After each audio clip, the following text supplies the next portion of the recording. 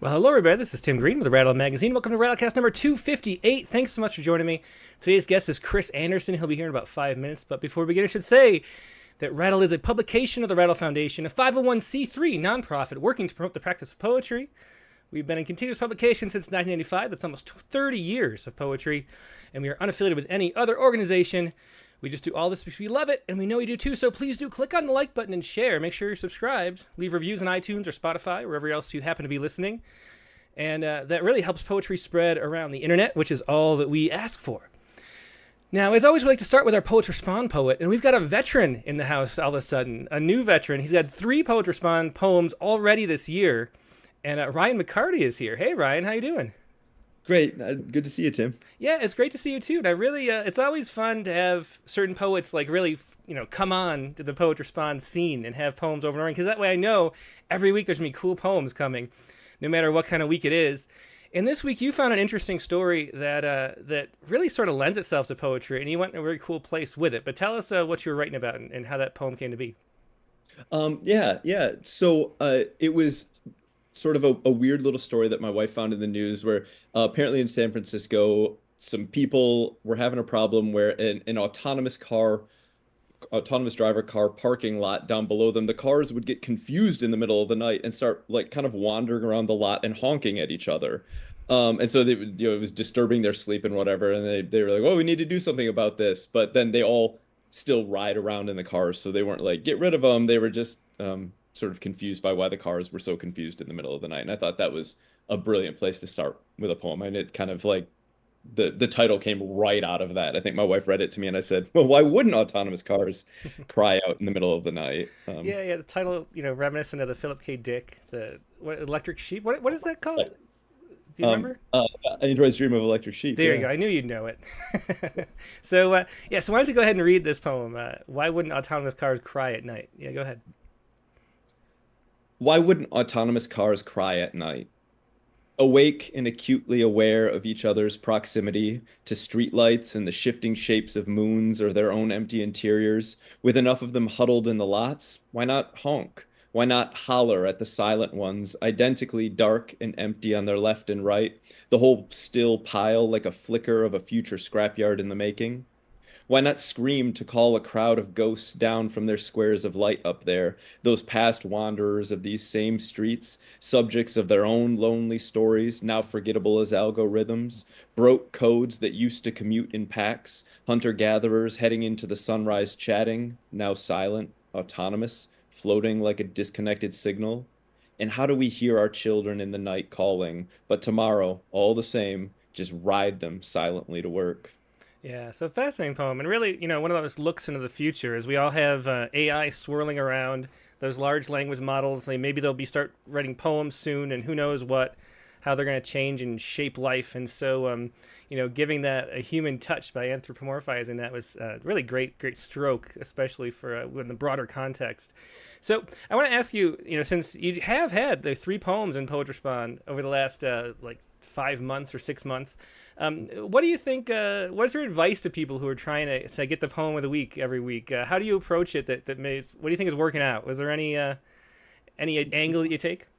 Yeah, no, one of the things that I keep thinking about is that like the news doesn't ever make any sense to me. And it's continually funneled to us in this like sort of like to be as simple as possible, just like boiling things down to as simple as possible. And poetry just pushes against that. Like any poetry that's trying to explain something more simply to you is probably just really bad poetry, right? Mm-hmm.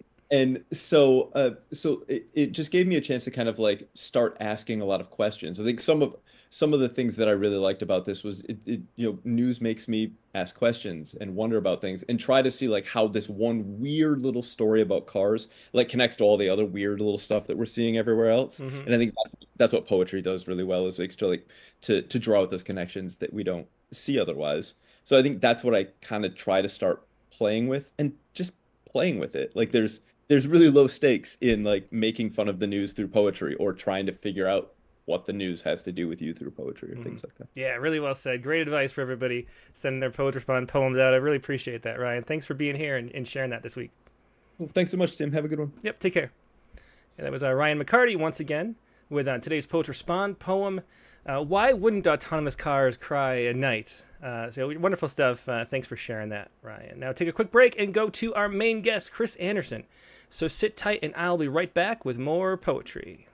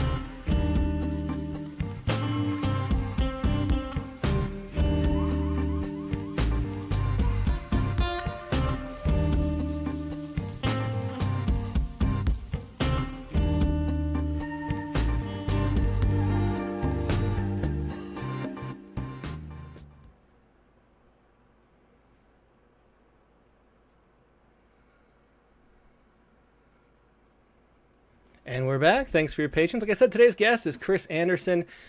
Chris is first appeared in episode number 143. So if you want to go back, check that out. Chris is a Catholic deacon, poet, and retired professor of English living in Corvallis, Oregon. He grew up in Spokane, Washington, went to college at Gonzaga University, and attended grad school at the University of Washington. He taught literature and writing for 38 years at Oregon State University. In 1997, he completed a master's in theology at Mount Angel Seminary and was ordained as a deacon.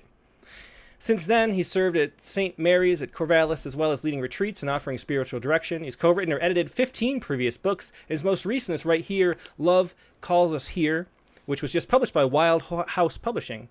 He and his wife Barb have lived for many years on the edge of the forest north of Corvallis. They have 3 children, 4 grandchildren, and 2 dogs. And here he is, Chris Anderson. Hey, Chris, so glad to have you back. Hey, Tim. It's nice to be here. Thanks. Yeah, you've always been. I mean, I think that that first poem of yours was... I think 2007 was the first I came across your work in the Rattle Poetry Prize, if I remember right, competition. Right. So we had you in that issue 28. But you always had such a wonderful style of, every word counts in your poems, which is what I loved about them. There is, so gripping the way they move through the page in space. So really fun to watch you over the last, almost 20 years, the poetry grow and expand, and it's great to have you back. Thanks, Tim. Do you want to start out with a poem? Yeah. I want to start out with the poem Geese. The idea of this book is that God is present in every single moment in our lives. And all the poems in the book try to describe those moments, try to tell the story of one of those moments. This is a poem early on. Geese. We were having mass on a cliff above a bay. This was after a storm, and through the windows the rain still glistened on the altar. And at just the moment of the consecration, as the bread was becoming the body of Christ, a great flock of geese came clambering over us, honking and clattering. It must have been enormous. We could almost hear the words. Yeah, that's a great poem to start out with. Captures so much of what you do with your poetry, both as a poet, stylistically, with that last line, that leap at the end there, too. We could almost hear the words. But also your subject matter too is a Catholic deacon and someone who focuses a lot on spirituality and the way that our place within life. So that was Geese from Love Calls Us Here, the new book by Chris Anderson. Chris, I wanted to say something about the last line. Can I say something about the last line? Because I didn't write it. Oh, really? I sent this to a journal, and they took it. But they asked me if I'd consider changing the last line. Oh, really? What I had written was, the flock must have been enormous. We almost couldn't hear the words. They suggested this. And at first I resisted it because I didn't quite know what it meant. Mm-hmm. And then I thought, wait a minute, it is way better because I don't exactly know what it means. Mm-hmm. I mean, it just really lifted. There was that lift in the poem. We could almost hear the words. Yeah, and that's just, it's so true for so much of life. You know, you can almost, if you listen close, you can almost, but you can't quite, you know, and you have to, I guess that's what faith is, maybe, is taking that leap into not being able to hear almost, but then, you know, going through with it anyway. That's beautiful. Yeah. So what can you tell us about your calling to become a Catholic deacon and your calling toward a poet? What do you think those have in common? Well, I actually started writing poems again after many years when I was in a theology class at Mount Angel. I had to go back and study theology to become a deacon. And I just felt this kind of freedom, this sense of joy. And I started writing poems again, and sort of freely, without worrying about publishing them, just for the pleasure of it. There was a sense of the poems just kind of coming out. So for me, poetry right from the beginning was a sort of spontaneous prayer. I pray through poetry. I look at the church through poetry. It's both the way that I try to speak to God and God speaks to me. Mm-hmm.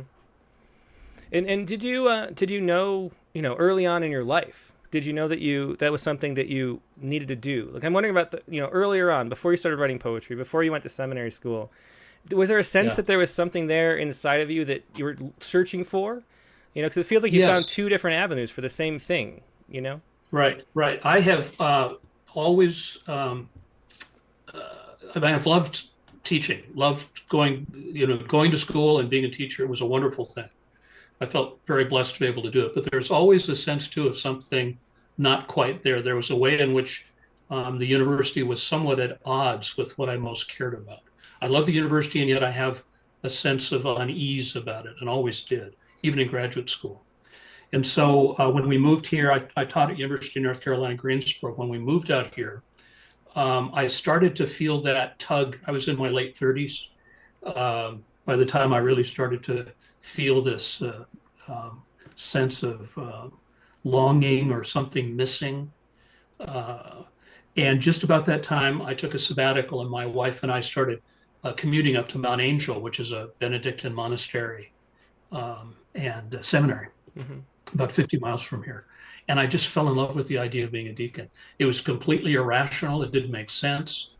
It didn't fit into where I was in my life, but in another way it did. So there was all along through graduate school a sense of wanting something more. I thought of teaching as a vocation, as a call, but I think inside of that, there was another call. Mm-hmm.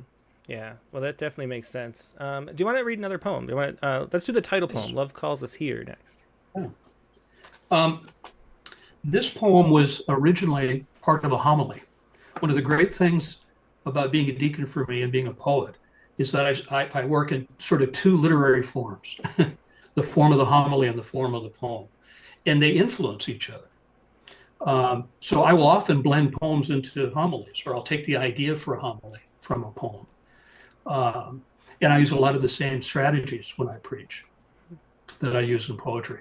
But I also works the other way, where I'll take something that has happened in a homily and think, well, wait a minute, there's something going on there, and I want to try to capture it in a poem, adapt it. Mm-hmm. And this is the title poem. Love Calls Us Here.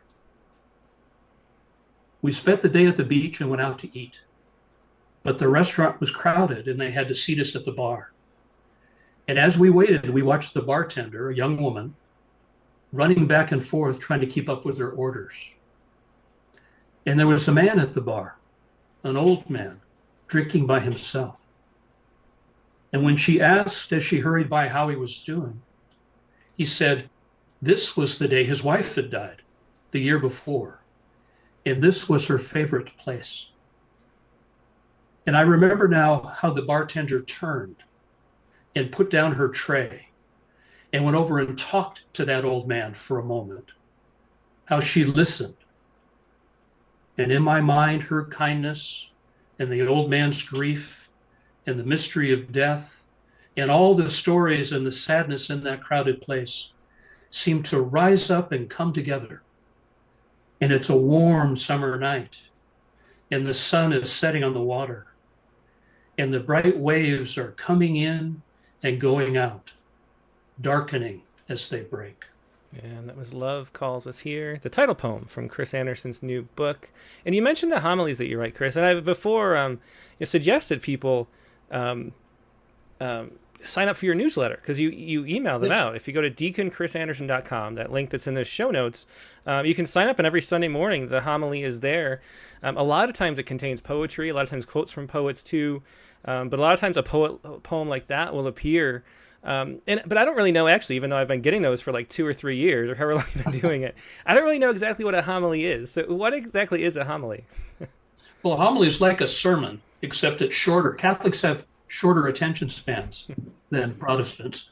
My first pastor used to say, "Good homily, Chris, 9 minutes." And that's about 4 double-spaced type pages for me. So I love that as a form. A homily is more of a sort of a thinking aloud than an instruction. It's less teaching than a sermon is, really should be. And it's also inside the Mass, so it's in the service of the rest of the Mass. But essentially, it's a short sermon. Yeah. And how long is the Mass, like, typically? Like, how much of it is you up on the, what percentage of it? I'm wondering. Well, a Mass is about an hour. So, and as a deacon, I'm up there all the time. I assist the priest in various ways. I read the gospel. Sometimes I preach about once a month or so at all the Masses. Yeah. That's a great thing, by the way, as a poet, is I can share my words with more people than would ever buy one of my books or go to a poetry reading. Yeah, I mean, that's a really wonderful thing about it, having that audience to share. And it's doing the same things. I mean, I've been reading those for like I said, 2 or 3 years. And each one is a kind of poem. It's a little different form and shape, but it feels like a poem. And then there's a poem nested within so often too. How do you think about the receiving it? One of the things we talk about a lot as poets is whether or not we should be writing for an audience, or we should, I write my own poems for me. And if you appreciate them, so be it. If you don't, so be it. But this is like my art, there's one view, and another view is that we stylize our things so they can be received. Has giving the homilies shaped you as a poet as far as thinking about the recipients? Yes, very much so. I write the poems that come to me, the best poems I can write. But I've been surprised at how people have responded to what I do in a homily with the poem, how responsive they are, even people who wouldn't, be caught dead at a poetry reading. And I started alternating sending out poems and homilies. So every other week I'll send out a poem, and I've been surprised that people respond as much to that, to the poem, as to the homilies. I've also always used poetry in my retreat work, always, from the very beginning. I've only lately been using my own poetry through the website and so on. Poetry by Wendell Berry, William Stafford, Mary Oliver, Ted Kooser, accessible poets. And it's remarkable how people open up, how they will respond to that. I think people are longing for poetry. And that really has very much influenced me. It's partly that I have, as you mentioned, this sort of attraction to simple, clear language. I really polish to get my words as not pure, but you know what I mean. Just there's something powerful about a simple word when everything else is stripped away. So I was moving in that direction anyway. But more and more and more, I started to see what poetry might do, and not poetry in the sense of a message. It's not that you kind of water things down. I think poetry is most effective in those contexts when it doesn't have a message, when you're just saying, hey, this is life. This is mystery. I think people are tired of getting told what to do. And in my homilies, I don't try to give advice so much or instruct people as to say, hey, God is in your life. This is happening. Wild House Press is interesting in relation to this. When I retired 4 years ago, I started going through my archive of poems. I have a lot of poems. I write a lot. And then I work on certain things that I think are, worth working on, but then I put others away in files. So I just started going over this backlog. and writing new poems and just seeing where the poems were taking me, sifting them, revising. I ended up with two piles. Well, three piles. There's the pile of stuff I threw away. And then there was the pile of poems that were edgier. Not that I'm ever that edgy, but edgier, more leaping, more ironic. And then there were poems that were more like this, more sort of in the direction of sort of a general reader. Mm-hmm. And that was the manuscript that started to draw me. It started to come together. And then I connected with Wildhouse. They're funded by a nonprofit in Boston to publish fiction, nonfiction, and poetry for people they call spiritually adventurous, which I think is really from different religious traditions, mm-hmm. people who are searching for some kind of deeper spiritual life. Yeah. And the fact that they would have poetry really intrigued me. And working with Mark Burrows, the editor there, who was very, very good editor, they gave me confidence to keep writing narrative. Why should I write narrative all the time? I mean, narrative is not the thing to write anymore. Mm-hmm. Exactly. I mean, I started to write the classic Rattle poem, that conversation in Rattle. Yeah. That's what I've always done, a narrative without a lot of bells and whistles. Anyway, that's what they wanted me to do. Mm-hmm. They wanted me to be able to invite readers in. So it made me think about what it is that poetry can do. So I don't write poems just to please my readers, but I'm influenced. It's back and forth when I see people open up. Mm-hmm. to images. I mean, I think that's what the Mass is. That's what liturgy is poetry. That's what scriptures are. I think people are longing for what poetry can do. Mm-hmm. Yeah, I definitely agree with that. Yeah. And which is why Rattle is so interesting and good. And this in Rattlecast. I mean, look at how you're serving the community of other poets, mm-hmm. and sort of spreading the gospel of poetry everywhere, mm-hmm. and including a lot of people in that community or conversation that might not be included in other poetry publications. Yeah. Well, that's always from the start. That's been our goal. So it's really nice to hear anybody say that. I appreciate that. You mentioned that the sort of more narrative, simple, classic Rattle style, as we like to call it. But there's also the poems we published for years. There were a lot of sort of elliptical poems that had big leaps yes. in a lot of sense. Like you don't really know even what you're writing about ultimately. You have these sort of image, then you move to this place, then move to this place, then a conclusion that's sort of like the subconscious spits out, and then it has a sort of resonance with all those three. So I see really clearly two styles, and we've done both. Like the Junko and the Boy is such a narrative poem versus the one, I think you changed the title. We called it Reality Homes when it was in Rattle. Yeah, and that's like that leaping kind of elliptical style. Do you first of all, find that the audience, the more general audience that you're talking about, do they respond well to those more elliptical, more difficult, more ambiguous poems, or are they confused? No? No, not so much. Yeah. And so I tend not to send them out in the newsletter. And with this manuscript, before it became a book, it was almost all those simpler poems, and not simpler, more accessible poems. They're really hard to write, as you know. Mm-hmm. Yeah, I mean, it's hard to be interesting. I was so much at the time, like, having things be, opaque is a cover for not really knowing what to say, so it makes, so having a really straightforward, clear story makes it really hard to be interesting, and so I think that's something that comes up all the time. But what I finally did was I started folding some of those other more leaping poems in. There are a couple of leaping poems I'm going to read in our conversation mm-hmm. That are like that. But I thought about, why write narrative? Why am I mostly drawn to writing narrative? And again, it's because I think there's this sense that God is in every moment, that these moments take place, they happen. Mm-hmm. And so narrative is the natural form. Why write simply and straightforwardly? Because I think the moments are simple mm-hmm. and ordinary, yet we sense there's something underneath them. But even, I thought the Love Calls Us Here was maybe too simple and straightforward, too plain. Mm-hmm. And that is the poem. Love Calls Us Here. Yeah.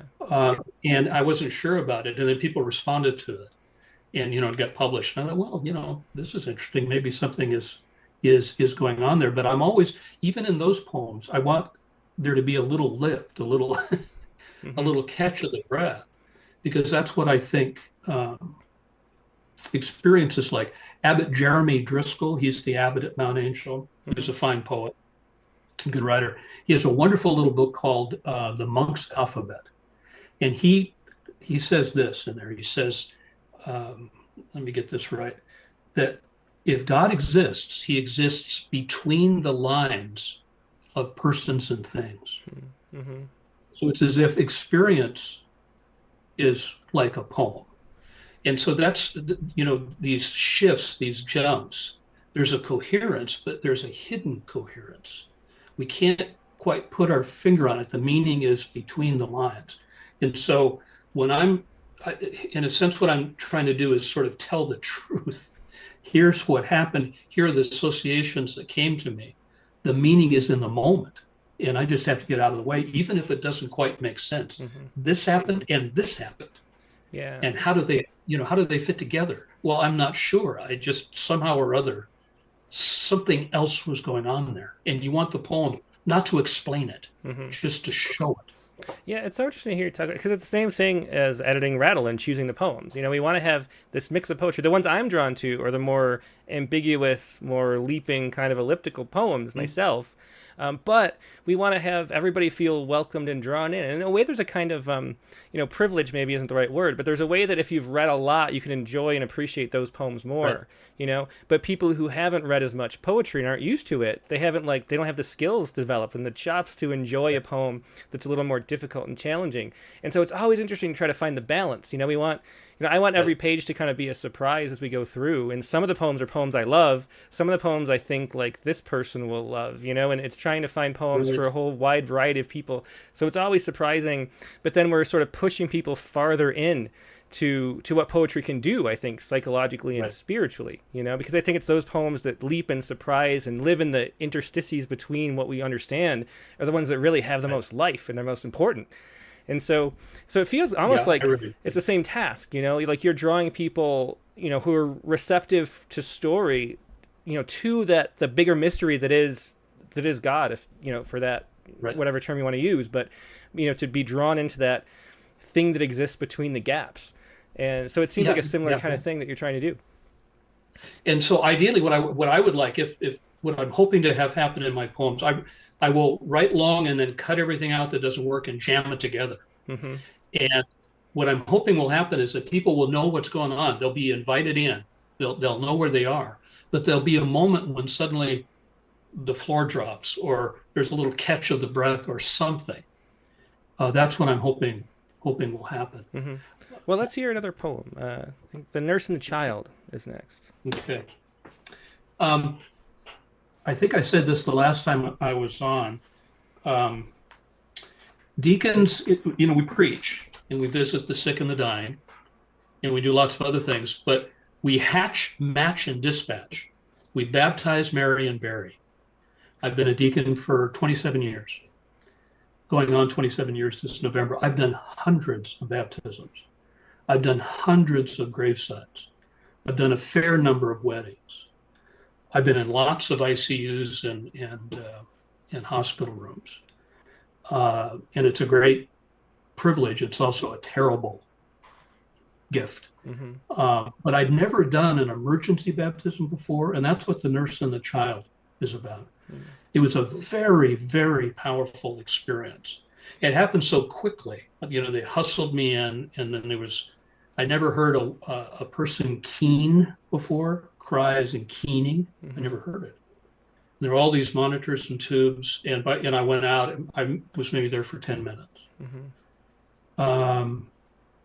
And so I didn't quite know what to feel until I started to write about it. And I knew something, I knew immediately. I mean, we always ask, where do ideas come from? How do you know, you're going to write something? Well, there it was right there. Mm-hmm. Well, what was it? How do I describe it? And what emerged in the poem as I wrote, I kind of bungled it. There's a little detail here that I would want people to notice as I read it, that I tried to pour a little bit of water on that baby's head because the baby was tiny.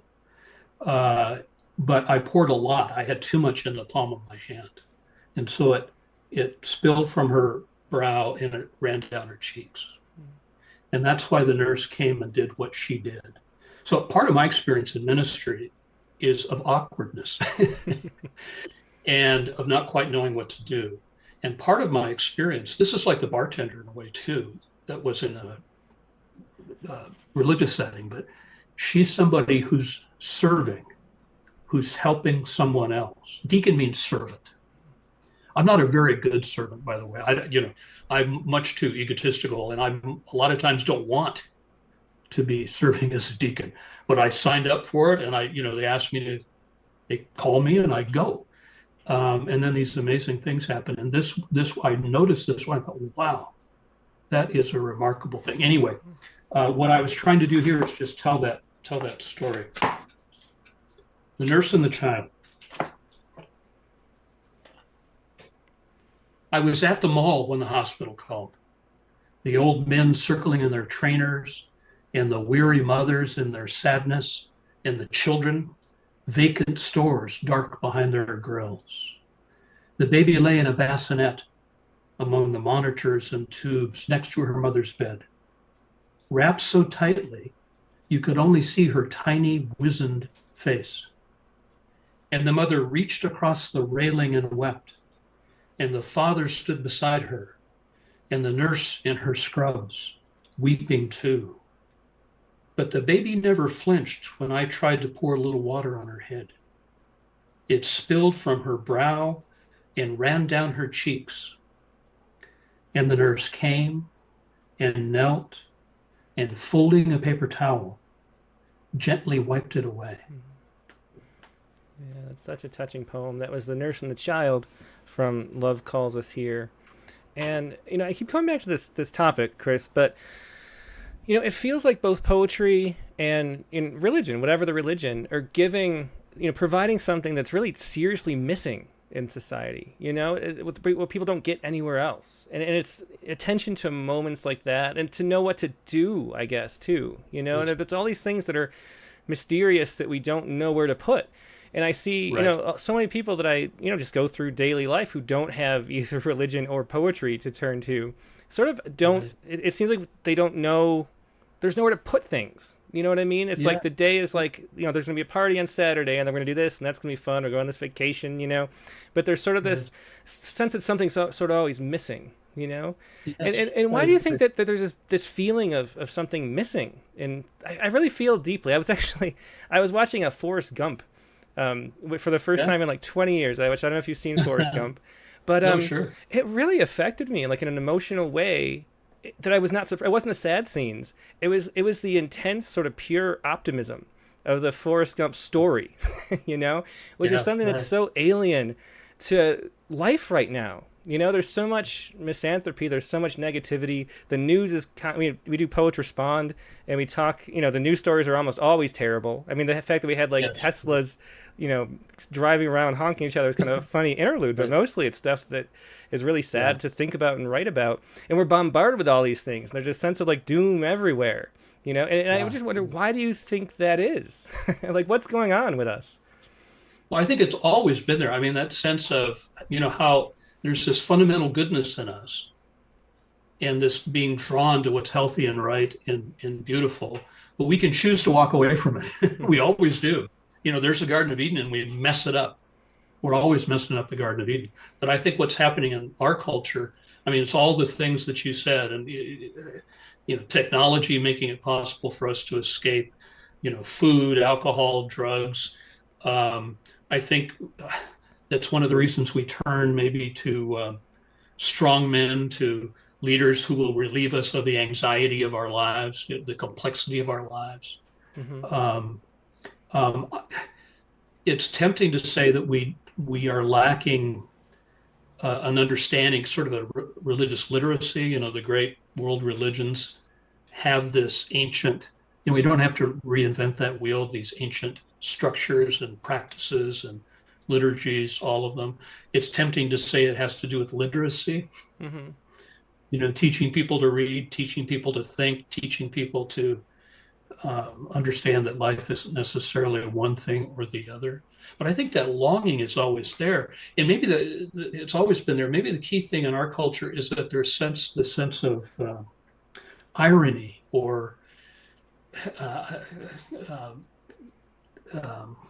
sarcasm or snark or yeah. I mean, that was the thing about watching Forrest Gump, is that there was no irony at all. There's no sarcasm at all. Right. It's just this, somebody is optimistic in the face of challenges, and then good things happen, and just over and over again is the plot of the movie. And that is just something we don't see anymore, And I think, we did. There was more balance even 30 years ago.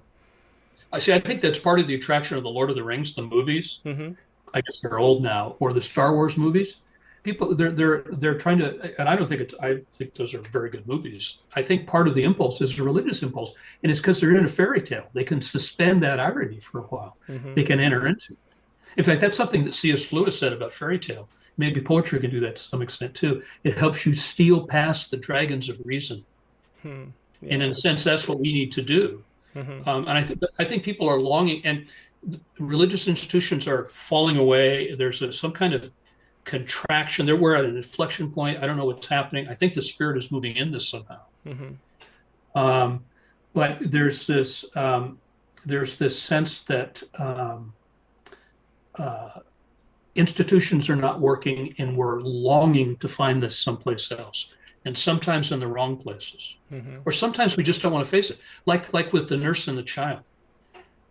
We want that to be happy, right? I mean, even in the homily, I try to resist that, because I don't think that's really it doesn't, here's the compassion of this woman, the beautiful gesture of this woman. And then here's this, why would this child have to die? Mm-hmm. The reason she didn't flinch, she was already dead. Why does that happen? I don't have the answer to that. In some ways we get too caught up in the abstractions and the controversies when it comes to religion. And poetry can help us get past that. Another way to talk about this is with the idea of parable. Of course, Jesus is a great parable teller, but it's a tradition, and it's a form in all kinds of traditions. But a great gospel scholar described the parable as a simple story drawn from everyday life that leaves us in sufficient doubt about what it means, that we are teased into thought. That's at the heart of the teaching of the great religious teachers. It's to tease people into thought. It's to leave them in sufficient doubt. And I think experience is like a parable. I think what happened to me when I went in to baptize that baby, that was a parable. It's that terrible beauty that we encounter. And in the poem, I just tried to honor it. But it's realizing that to believe and to live is to live in sufficient doubt. It's to face it. The word parabolo in Greek is to put two things side by side. Oh, really? I didn't know that. It's to juxtapose, which is really interesting. Yeah, that really is. And the thing about, we have haiku on here all the time, and haiku is that juxtaposition between two things too, in such a concise little jewel. Well, let's hear another poem, Chris. But first, I should say, if anybody's enjoying this conversation, I know you are, please click the like button if you haven't yet. We always have about twice as many people watching live as have clicked like, and every time I say that, it helps out, because more likes mean more viewers. So please do click the like button. Also, if you have any questions for Chris, leave them in the chat windows, either on Facebook or YouTube. If it helps if you put like Q or question there at the top, so I can flip up and find it. We have a few really good ones already we'll get to, but if you have any more, leave questions for Chris Anderson. Let's hear another poem, Chris. This is called What Happens at Mass, and it's a leaping poem.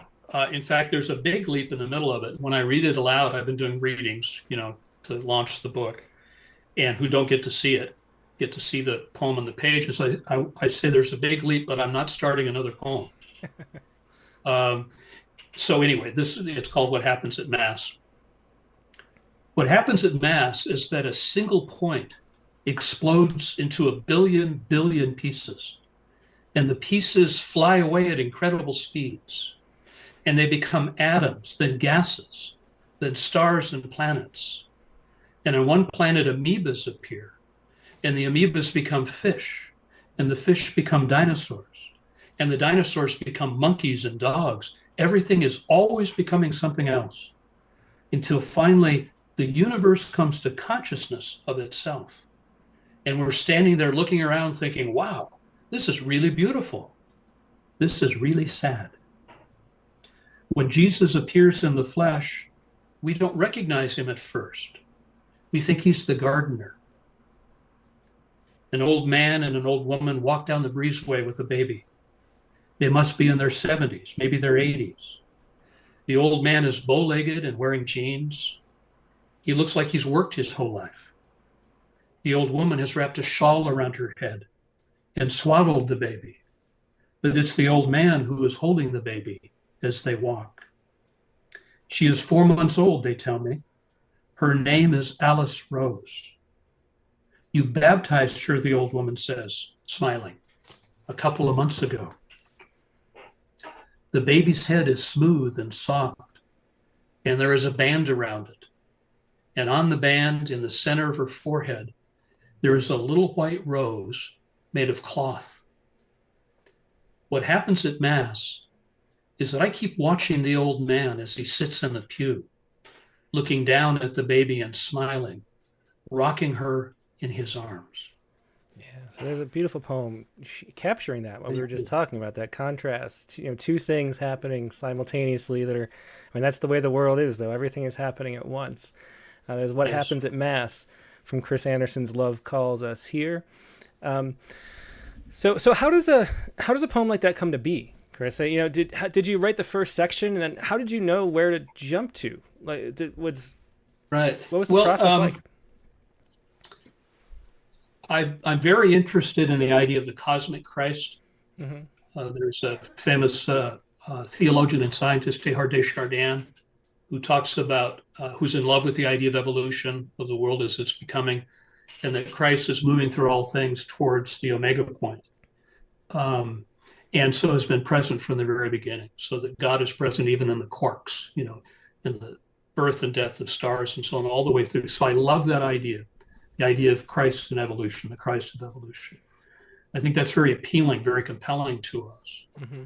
One of the things we have to do, believers have to do, is find new metaphors, new images that fit our age to try to describe this same mystery. And I think those, evolutionary cosmology, physics, it all makes sense to us. Spooky action at a distance makes more sense to us than some of the images the metaphors that were logical to people in the first century. But then I had this experience with this old woman and this old man, and that I baptized this little baby. And I watched the old man hold this, and I just had this intuitive association. I knew there was a poem because there were two different things, and I thought they're together. Mm-hmm. They're just somehow together. And the link, when Jesus appears in the flesh, we think he's the gardener. That's an allusion to the 20th chapter of John, where after the resurrection, Jesus appears to Mary Magdalene, but she doesn't recognize him at first because he looks like the gardener. Mm-hmm. So I'm sort of thinking, here's this cosmic Christ who gets really small. Mm-hmm. But that I noticed that just kind of popped in almost sort of rhythmically, that gardener image. It wasn't until later I thought, well, this makes sense. But what I'm hoping is that people will, but I didn't get as much response to this as some of I did send this out and I didn't get much response. And I wouldn't have preached about this actually, because I think the idea of the cosmic Christ, this is another side issue, but when you preach to a large group of people who are politically diverse, diverse in terms of education and so on, it's not like you want to avoid getting in trouble, but you want to be able to reach people where they are. Yeah. Mm-hmm. And I think some people wouldn't like the idea of the cosmic Christ as much as, so I wouldn't have preached that. I would have preached this other thing. Yeah. Mm-hmm. Although then I'd have to violate confidences. That's the other thing. When you write about people, you have to worry about their privacy, respect it, not exploit their stories. Very often I'll change names. I'll ask permission, that kind of thing. But anyway. Yeah, I remember we talked about that a lot last time, because these are, a lot of times you're writing about such, powerful, personally important moments. And so yes. Having permission is definitely something that's important, or at least generalizing in a way that could be anybody, that kind of thing. Yeah, right. So Jimmy Pappas had a question kind of early on, and this is something I've sort of related to, sometimes in my life and sometimes not. Jimmy says, as an atheist, I think religious people often feel we can't be spiritual without some belief in supernatural. Have you thought about that? I give lots to others without any such belief. And there's that how do you think about atheism when it comes? I mean, it's so much. I think probably the dominant religion might be none at this point, Yeah. And so, Well, actually, it's former Catholics. I think it's the second largest denomination in the United States. Well, I certainly don't believe that you have to be a believer in a certain kind of God in order to be spiritual. Not at all. I would make a distinction between spirituality and morality. You can certainly be a moral person without being religious. And there are a whole bunch of immoral people who are religious. This is another thing, that religion is not just morality. They overlap. But they're not the same. I also think that sometimes, and I don't want to put words in this man's mouth because his experience is his experience. I think one of the best things people can do is listen. So you want to listen. But my experience has been that sometimes when people talk about atheism, they're rejecting a God that I don't believe in either. They're rejecting an oversimplified version of God, or a God that they somehow were taught to believe in, or that they assume they have to believe in. So it's not like I would try to convert him or say, wait a minute, you believe in God, you just know you do. But to just say that sometimes atheists, people who call themselves atheists, are more spiritually mature than some of us who call ourselves Christians. Yeah. Not I mean, necessarily. I used to think of myself as an atheist. I'm very scientifically minded, cause and effect, that kind of thing. So much can be explained that religions used to be their job to explain things we couldn't explain. Then we have explanations for them. So who needs the religion? But at the same time, I do feel like there's more that we don't understand to the world or to the universe. So much more. I mean, not just like a little bit. Like, we don't understand why we're here, what we're doing, how things are connected, and so in all the religions, angle at that and try to figure that out. And people who are really smart have been thinking about that for thousands of years. I lean a lot toward Buddhism, and that's people who have thought about this problem for so long. And you can look at the Christ figure. You have a great poem where you say, I don't care about the historical Jesus one way or the other. That's one of the ones from Rattle. And, we talked about how Star Wars and stuff like that is a kind of spirituality in that, when you go back to Joseph Campbell and the hero with 1,000 faces, and how, Christ is an archetype for the right action, is something that's really valuable as an archetype. So they're just so much more complicated than just atheism. But I think if you're drawn to poetry, which everybody is here, you're still drawn to the mystery, whatever it is. Like that thing where you notice something strange. I saw a post on Twitter. It was somebody who is a viewer occasionally, who saw a berry resting on a leaf with a feather next to it in his yard. And it was like, how did this come to be? Was just all the post was, But poets notice that mystery, and then we write about that. And I think that is, I think it's. I mean, at this point, maybe I think you can't be an atheist to be a poet, because it's you're looking for that thing, even though you don't know what it is, don't know where to put it. Maybe it want nothing to do with religion and the organization of it, but you're still drawn to the mystery of life, and I think that's what poetry is. So I think that the two just overlap so much that they become one, really. Stanley Kunitz says that all poetry is a form of spiritual testimony. And I would agree with that. If I were having a conversation with this person you quoted, I would listen, and then I would just say, hey, where do you feel the happiest? Where do you feel the most free? If he really wanted to talk about it, I would try to change the genre from argument or theological debate to narrative, to moment. It's not that I think dogma and theological abstractions are unimportant. I think they're quite important. And when I said I don't care about the historical Jesus one way or the other, that's an absolutely orthodox position, believe it or not. The problem with Christianity is we're surrounded, or other faiths, is we're surrounded with a lot of fifth and sixth grade versions. It doesn't fit into a meme. But anyway, the thing is, it comes way later. We go to it right away. And I think we just need to listen. and try to and talk about, sort of ask each other the right questions. Yeah, well said. Somehow. Yeah. Well, I want to keep talking forever. We got to do more poems, so let's do Quitting Cross Country. Quitting Cross Country. Pope Francis says that the believer is essentially one who remembers. I think we have all these moments in our lives, like the one with the baby. I would never forget that. But a lot of these quieter moments that I think are beautiful, important, happen, and we forget about it.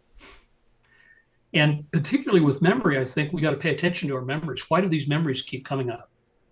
This is a memory, quitting cross country. This is an experience that's really important to me. And I thought about it a lot, and I tried to write about it, but I couldn't. I mean, I wrote about it, but it just never worked. And then once I retired and this book started coming together, the memory surfaced again. And I thought, well, I better pay attention to this. God is trying to tell me something.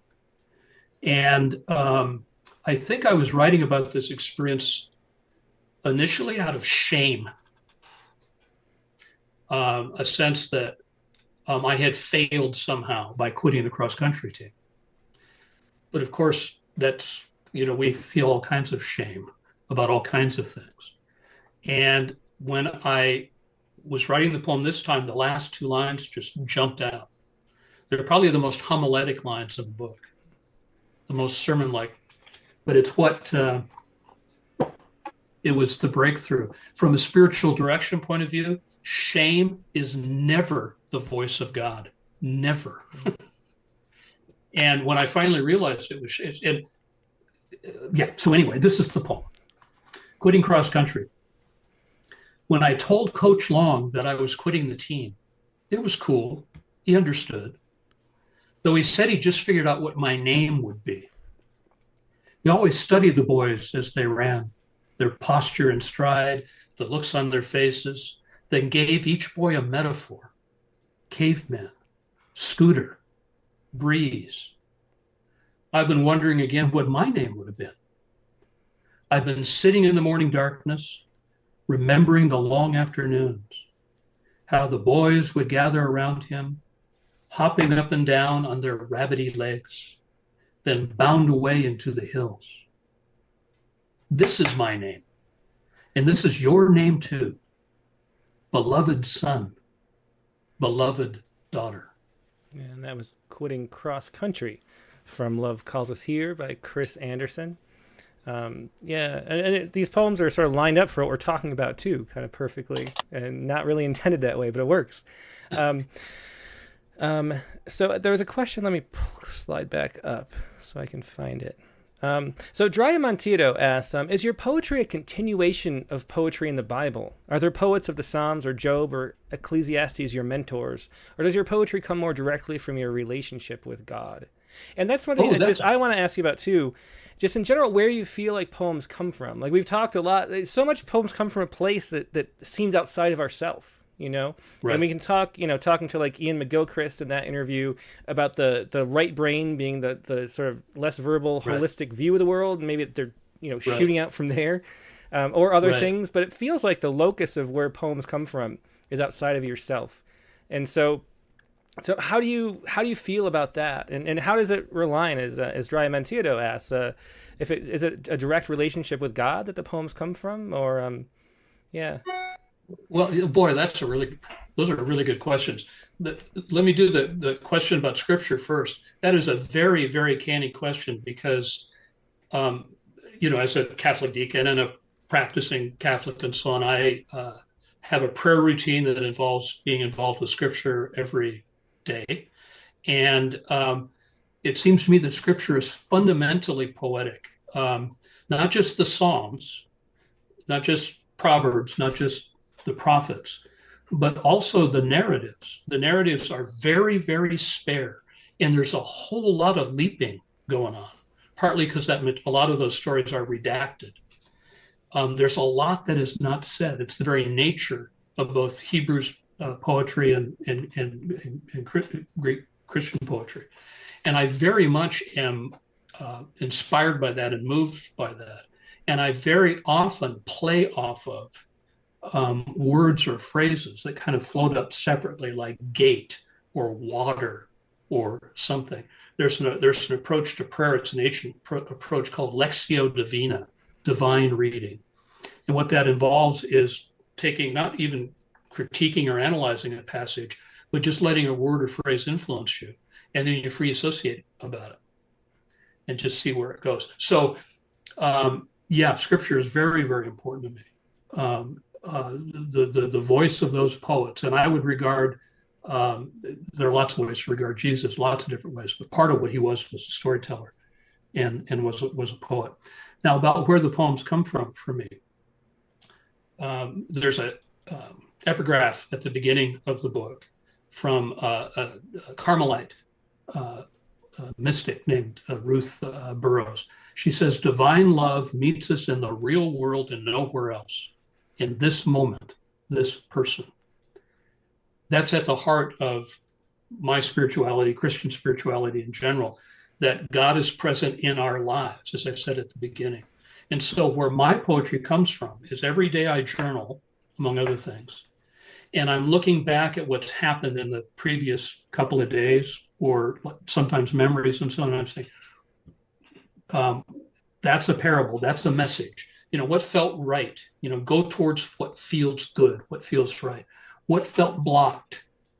And so very often when I'm journaling, and I'll free write the journal, I'll write quickly, something will start to emerge from that has the shape of a story. There's a rhythm to the sentence I've written, or there's the image. And so we're, in a sense, the question of whether it's inside or outside isn't the right question, because I think what's inside is outside. That is, I thought of this experience doing the emergency baptism. It's what rose up in me as I was journaling, and it became the poem. But then in the poem, I'm watching somebody else. You lose yourself in the poem. Flannery O'Connor says she's never more herself than when she writes, and she's never freer of herself, or words to that effect, than when she writes. And that's how it is for me. So where do poems come from? In a sense, I'm just a reporter. I'm watching what comes up. And the assumption is that all these little things, like even this, quitting cross country, why am I thinking about that? That came up from inside. But the assumption is that somehow there's an intersection, and it's an act of faith. You don't know for sure, but that means something. Can somebody name me? Can somebody name you? Who has the right to give me a name? Not a coach, not a teacher, not graduate school, not the university. What are our titles? Who can tell us who we are? And there's a sense of just being beloved for being who we are, just who we are. That's what came up. But it came up in me, but it's also, I would hope, not me. Yeah. Mm-hmm. Yeah. Maybe. Well, yeah. I mean, that's the truth of it, really. That question of where they come from. It's like both things. That the Buddhist has that concept of pratitya samutpada, which is everything is interdependently arising. It's we're all part of the universe, and we're sort of maybe a node, a little swirl in it, but it's all the universe. And so having a distinction between whether it comes from internal or external is sort of irrelevant at the end of the day. I noticed it's 6:00. Do we need to? I told you I'm worried about talking too much. No, we're great. Unless you got to rush off. We have. Oh, I don't. I just don't want to impose. Yeah. On Well, you. let's do another poem. We have 3 poems left. Let's just do them all, and we'll talk a little more. So, okay. All that I have. So you still want me to do all 3 poems? Yeah. I can Let's do them all. Yeah. Why not? Okay. Okay. This is a poem that was in Rattle, most recent poem that was in Rattle, and it too is part of a homily. It's called "All That I Have." We're in a busy shopping mall, very crowded. This is before the virus. And an ordinary-looking man walks out of the crowd into the center of the atrium. He's middle-aged, wearing a leather jacket, hands in his pockets, and he starts to sing. He opens his mouth and starts to sing, loudly and clearly. At first, you think he's crazy. He's some kind of crank. But then you realize, wait a minute, his voice is beautiful. It's powerful. He's singing a famous aria. He's singing Nessun Dorma from Puccini. This guy's a tenor. This ordinary man who's emerged from the crowd is a tenor. And he's a great tenor. And his voice is building and rising, and people are stopping and looking. The expressions on their faces are changing. People who would never be caught dead in an opera. People who don't have any idea what opera is. They're stopped in their tracks. One little girl turns around and looks up at her mother, amazement in her eyes. Oh, look at the stars, the tenor sings, the tremble of love and hope. And his voice gathers and swells. It rises to its climax, and he hits that final high note, and he holds it until it's ringing in the air of that crowded mall. And something transcendent has happened.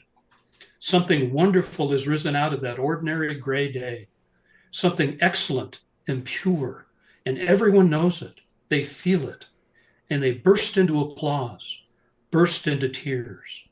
They whistle and call, and the tenor smiles and looks around, puts his hands in his pockets, and walks back into the crowd. He disappears. Oh, that I might hold my one note and walk away. Oh, that I might disappear. And that is all that I have from Love Calls Us Here by Chris Anderson. So much we're talking about in that poem as well. There's two questions here they're sort of similar, so I'm going to ask them both. So this is Nate Jacob first. He says, does Deacon Chris have writings which deal with doubt, or his own, or that of others? He seems very thoughtful, and I would imagine his explorations would be beautiful. So asking about doubt from Nate Jacob. And then Mark Grenier, something similar too. He says, as a fallen or failed Catholic, now agnostic, I find much poetry in the teachings and biblical stories I learned as a child, but I still cannot summon faith. Have you had similar experiences? And I really relate to that a lot too. Like I tried to join a church when I was about 14 or 15. And the thing that I felt like I didn't fit, it wasn't that I wasn't interested in thinking about spiritual things and trying to learn. It was that it felt like everybody around me had a kind of faith that I didn't. And I was like a year in that church, and I felt like a imposter kind of, because I couldn't like believe in it, even though I found it interesting and liked the people. And eventually I just sort of walked away, and that was the last time I really spent any time in a church. So about faith and doubt, do you have those? And can you answer those questions from Mark? Oh, I have a huge amount of doubt. Are you kidding? If you read all the poems in the book, I mean, part of my worry about this being a Catholic book is there's not enough sort of positive affirmation, If it seems to me, again, speaking as a spiritual director, if you have everything absolutely figured out, there's something wrong. Pope Francis says, if you have everything figured out, you're in trouble. There's always an element of surprise and mystery. About summoning, that word summon, you can't summon faith. It comes, it's a gradual process, and it's up and down and in and out. It's like everything. It's like any relationship. You can prepare for it, be open for it. I mean, in a way, I'm trying to suggest here's this moment that happened to me. These moments happen to you. Let's figure out how to look at it. But it's always an act of faith to say, yeah, that moment meant something, and it might have been God talking to me. That's the moment. That's the leap. And I'm more confident in the poems. There's a voice, when you write poems, even autobiographical, personal poems, the voice in my poems is much more zen, much more balanced, much more on top of things than my real self. It's almost as if I have access to a kind of faith when I'm writing a poem or when I'm preaching that I actually have in real life. One reading of that is that I'm a hypocrite, which is, of course, true. The church is full of hypocrites, and there's always room for one more. But it's also that language can give us access to a kind of faith. But in any event, the other place that you can find lots of doubt, I'm not short on doubt. Believe me, if you want doubt, I can help you. And if you read the religious traditions, the great mystics and so on, it's just the nature of it. Yeah, it's just the nature of it. We might have talked about this last time. There's that. Yeah. Oh, go ahead. I was just going to say, I wrote a book in 2016 of prose poetry called Light When It Comes, Trusting Joy, Facing Darkness, and Seeing God in Everything. And in that book, I try to talk, it's a book, and God help you if you write a book about spirituality directly. Poems are much better in that sense, because what do I know about spirituality really? But what I'm talking about in that book is how to have a faith life is not to have instant, happiness and joy. It's, in any religious tradition, in Buddhism or any practice like yoga, for example. you have to do it. You have to live with it. Or marriage, you have to live up and down. It's in and out and up and down. And it's looking at the tiny little things. And to go back to scripture, there's a whole issue there about how to read scripture. And if we don't read scripture from the standpoint of literature, we're just going to get it wrong. Most of the mainstream religious traditions do not read the Bible literally, including my tradition. Mm-hmm. And so that's important too, is opening up the scriptures in that way, so that it's not, here this happened and it's this and it's that. Because actually there's this sense of something beyond all words at the heart of all these great traditions. Yeah. We just often don't know how to read the scripture to see it. Mm-hmm. Yeah. That's a way bigger answer. Those two huge, these are fantastic questions. Yeah, well, as you were talking, I was thinking about how writing a poem itself is a kind of act of faith, in that if you're writing toward discovery and trying to learn something about our lives and the world, you don't know where it's going to go, or else it can't be a discovery. And so, right. Once you become a poet who's writing for real, it's always this leap of faith to push into the blank page, right. And then expect to find something there, and there's always this doubt at the beginning of doing it. I don't have anything to say. I've said all the things that I have to say already. And then you push through and you find something surprising. And so that's kind of a, faith enacted every time you write a poem. I mean, that's another way that a poem is like absolutely. A prayer, Yes, absolutely. Absolutely right. Yes. Yeah. Well, let's hear another one of those prayers, Chris, Okay. I've got, this is a pure leaping poem. One of the things I really like is what other people say. I'm paying attention to what they say.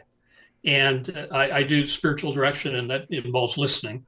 And this woman, very wonderful woman, she was talking to me, and she just kept saying these really amazing things. And so I was writing them down. And then I repeated them back to her. Do you realize you just said these things? And then I arranged them into this poem. I mean, about half of this is my own wording. But anyway, it's called The Trinity. And see, this is what I mean. I don't have, this doesn't explain the theology of the Trinity. It's about something else. It's about, it's prior to that, deeper than that. The Trinity. She loves the Trinity. She walks outside and looks up at the stars and is in love with the Trinity. She doesn't think she has enough patience, and she doesn't think she has enough love, and she doesn't. No one has. There is another world. There is another beauty. Every day as she drives up the hill, she passes a yellow truck rusting in a field. It has the pleasing rounded corners. It is so covered with vines, it has become part of the landscape. She wonders if coyotes sleep under the chassis. She wonders if anyone still has the keys. Yeah, it's a wonderful ending. I love the leaps there. The Trinity by Chris Anderson, once again, from Love Calls Us Home. There was a question. Let me see if I can scroll up. It was a really short one. I can't remember who asked it, though. I don't know. Okay, I'm just going to have to... Somebody asked where you publish the poems that are more religious. Is there a place? There's the literary world that is pretty irreligious. Right. I mean, it's a... Right. And then... Are there other venues that you publish the more spiritually direct poems? It feels to me like there might be two worlds. I get this sense, talking to Rachel Custer in the past. She publishes poems in different places too, because they're more religious. Right. So what do you do with that? Well, I actually have some trouble getting poems published in the purely Catholic poetry journals. I don't think I'm Catholic enough. You published some of my religious poems. Maybe they were in disguise. Yeah, well, I find religion endlessly fascinating. So I love them. See, my experience has been. I published in. I can't remember any of the places I published now. MacGuffin, Poetry Northwest. I published in lots of different places, and. I should just look in the back of the book. And what I find is the key thing is, can you write a good poem? You can be preachy about something besides religion, and a lot of poems they're really preachy about certain things. Except those things are kind of religion too at this point. That's right. Yes, there's some really dogmatic, anti-dogmatic poems, but I think if they're good poems, most journals will be open to them. There are some places, some some editors I know just don't send that stuff to them. Mm-hmm. But it's not necessarily because they're religious publications or not. But there's a place called Fathoms that has published some of my poems. There's a place called Psaltery and Lyre. There's a place called Amethyst. There's a place called, I should just look in the back. Hole in the Head. Notre Dame Review. Salamander, Spiritus. Windover's a spiritual American Writers Review, Alba. So yeah, there are places that, and of course I get a lot of, like everybody else, Yeah. I sent about 100 poems every year, not 100 different poems, but sets that and I got about a 10% acceptance rate, which I think is about average. Yeah, that's a pretty good batting average on balls in play. Yeah. So you mentioned good poem. So I always love it when people say good poem, because I can ask, what is a good poem, Chris? What makes a poem a good poem? I don't know how to answer that right now. How would you answer it? Well, I think a good poem is something that seeks some kind of new knowledge, that it tries to go beyond itself. And I think that's the only definite, but then I get into this weird place where I think that's only a poem if it's trying to do that. And so then it becomes, is it really a good poem? I think maybe there's failed attempts at poems, and then there are real attempts at poems that succeed. And I think that's maybe the difference. Then there's things that weren't even trying to actually be poems, that were just preaching something. I guess maybe that's how I think of it. But I think if it's trying to understand something that you didn't understand when you started sitting down at the desk, and then you got somewhere, then that's a good poem, See, so, I read a lot of poetry, and most of it I don't like. I start to read it, but then other things I read and I just instantly like it. Like Dasgupta, is that how it stays? Dasgupta from last week's Rabbi. Yeah. I'd not read him before, and I looked at it and said, wow, I really like that. It's fascinating. And then part of me said, I wish I wrote like that. I want to write like that, except that I'm not him. But when I read through Rattle, there are poems, boom, that's it. Or any magazine or any journal, or when I get books of poetry and so on, there's certain poems that jump out at me. Yeah. I think maybe what it is. Yeah, I think maybe what it is what we're seeking. It always feels to me is an authentic truth. We're looking for that thing that is a real statement that's sort of new and iterates over time. So it's like, something that has meaning, and it's not just like true in this moment, but it's like always a deeper truth, like looking for those archetypes in the hero's journey type things, we're looking for something that's like telling us like a secret almost about actual life. And I think maybe the thing is that there's sometimes we're ready to hear a certain authenticity, and sometimes we're not. And maybe that's why certain poems work more than others.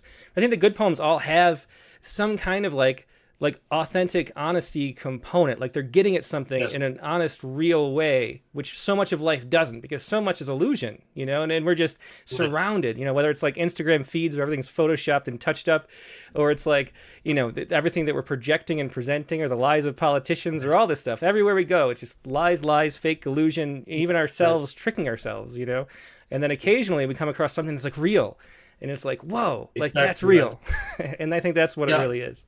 I like that word authenticity. It's a word that came to my head, but I was afraid to use it because I'd appear naive. See, there we go back to that. I'll tell you what I don't like is that kind of machine-tooled MFA poem, which is about, and I've read billions of MFA theses too. That's part of what I did at OSU. And they're really smart, and they're showing how smart they are and facile they are and what good writers they are. And I respect that. And I'm afraid we sort of teach them to do that. But I just don't want to read a lot of that.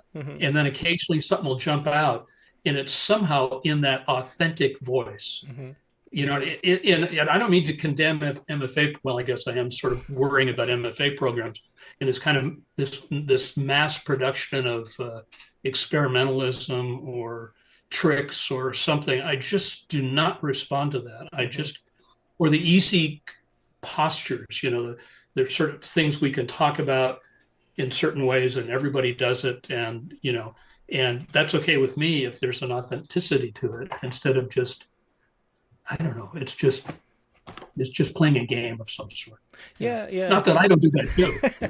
Yeah, it's true. I mean, there's a way that once you learn craft, you can use craft to cover the fact that there's nothing actually there. And I think so many poems we get as submissions, it's like they're well written on all these like craft levels. You know, there's no cliches. Right. There's some fresh images, some surprising metaphor maybe, but still, you get to the end and you're like, okay, well, that didn't really mean anything. And then, and it gets frustrating to see that, over and over again that it's not pushing forward into some kind of new understanding of our lives, which is what we're really here for. It's sort of a dance, a performance of some skills we've learned. I mean, it's like you don't get a spiritual feeling watching it, as amazing as it is watching like an Olympic routine. Like there's something amazing about the human body, and they can fly around and do flips, but there's nothing that's like, I understand life more because I watched that. I mean, maybe you could talk about the backstory and the training that goes in and build, but seeing it, it's not that. And so a lot of poetry is that, I'd say. Yeah. Well, anyway, yeah, such an interesting discussion, Chris, as it always is. Let's do one last poem to close it out. Okay. My dog ate my rosary. That's a great title. It wasn't malicious. He just did it, cracking the olive wood beads like nuts, swallowing others. He didn't eat it all. The crucifix remains and a few of the beads. And he didn't eat the silver chain, the real silver chain. This was expensive. I bought it in Rome. It was blessed by the Pope. It was the rosary I would be buried with, the clerk said in her heavily accented English. But that's not how things are. In the mornings now, when I let Bumble out, I find beads all over the yard. Prayers are everywhere. Yeah, it's a wonderful poem to end on. Those prayer beads left all over the yard. That was My Dog Ate My Rosary from Love Calls Us Here. Thanks again for joining us today, Chris. I knew it would be such a fun conversation, and it definitely was. I always appreciate, when you send poems and things you get to share, and then getting to talk to you too. Thank you, Tim. I really appreciate it very much. Thanks a lot. Yeah, thanks so much. Take care. Once again, that was Chris Anderson. His new book is Love Calls Us Here, out from a Wild House Poetry. You can find that at wildhousepublishing.com. Also find Chris's website and all of the stuff about him at deaconchrisanderson.com. That's where he has his homilies he sends every Sunday morning. I'm still signed up. It's a really wonderful read. Also, you find his books there too. That's Deacon, D-E-C-O-N, chrisanderson.com. Now we're going to take a quick break and go to our prompt lines. And the prompt for this week was to write a poem with your least favorite word to see in a poem as the title. That was your prompt for this week. Write a poem with your least favorite word to see in a poem as the title. We also have our prompt poet of the month here. We're going to reveal who that is and talk to them. So we'll see who the prompt poet of the month is for July. We'll also be sharing your prompt poems. So to share it, all you have to do is email your poem first to promptlines@rattle.com. That's promptlines@rattle.com. Then join the Zoom link. I'm going to paste the Zoom link in right here, so sit tight. I'll be putting it in the chat windows on Facebook and YouTube. Only join if you'd like to share a poem. If you just want to sit back and enjoy the poetry, the best place to do it is wherever you're watching this right now, because then you can see the poems as folks read them. But if you would like to share a poem, it could be any prompt, any of the past prompts we've done. These are all Katie's prompts, and whatever you have that's in the past you'd like to share, feel free. But once again, this week's prompt was to write a poem with your least favorite word to see in the poem as the title. So we're looking forward to that, and we'll be right back with more poetry.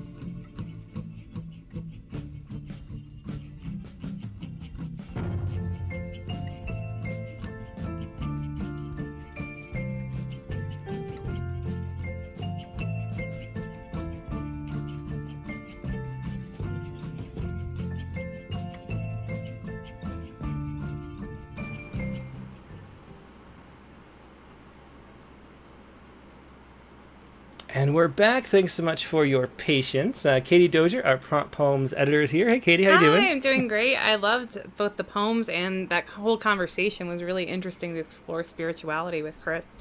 Yeah, it really was. I always that's like my favorite thing to talk about. Yeah, Really, so it's so fun to talk about somebody who's had such a spiritual kind of journey through life. Yeah. So anyway, so our prompt for this week was to write a poem about your least favorite word to appear in a poem as the title, and then include why that is in your submission. So if you that do. you're not faking your submission. Yeah, exactly. So this brings up a big question. Why, what is your least favorite? Is it okay, first of all, to have a least favorite poem or word for a poem? Are there bad words? Naughty words? Is that Is that okay? Not on X, because I've been taking some heat for suggesting it. But I think this is a really fun challenge to get to, turn that on its head. And take a word, because, there are words that are associated with weaker poems. And that doesn't mean that there aren't great poems that include that word. Of course, those are different things to say. But I thought it would be a challenge, and I'm always trying to challenge everybody. So Katie, what was your least favorite word that you chose? Okay. Well, this is kind of an interesting... Okay, so my word was actually, but I already had a poem, actually. So I decided to go about this a little bit differently. I think it says Jaymee here. Should we actually be doing that? Oh, yeah, we should do Jaymee. Okay, shoot. Sorry. I'm going to interrupt my own poem. Yeah, that's true. Yeah. So I guess we should do... I'm sorry, I forgot about that. That's okay. So Jaymee Thomas is here. I told myself, you heard myself remind myself. I know. You had like before 8 things to do. I know. I did, And yeah. we're very excited that Jaymee is here. So, okay. So, just hit the brakes. We're going to go in reverse a little bit. Yes. And our prompt poet of the month is here, and it's Jaymee Thomas. So let's invite Jaymee on. Hey, Jaymee, how you doing?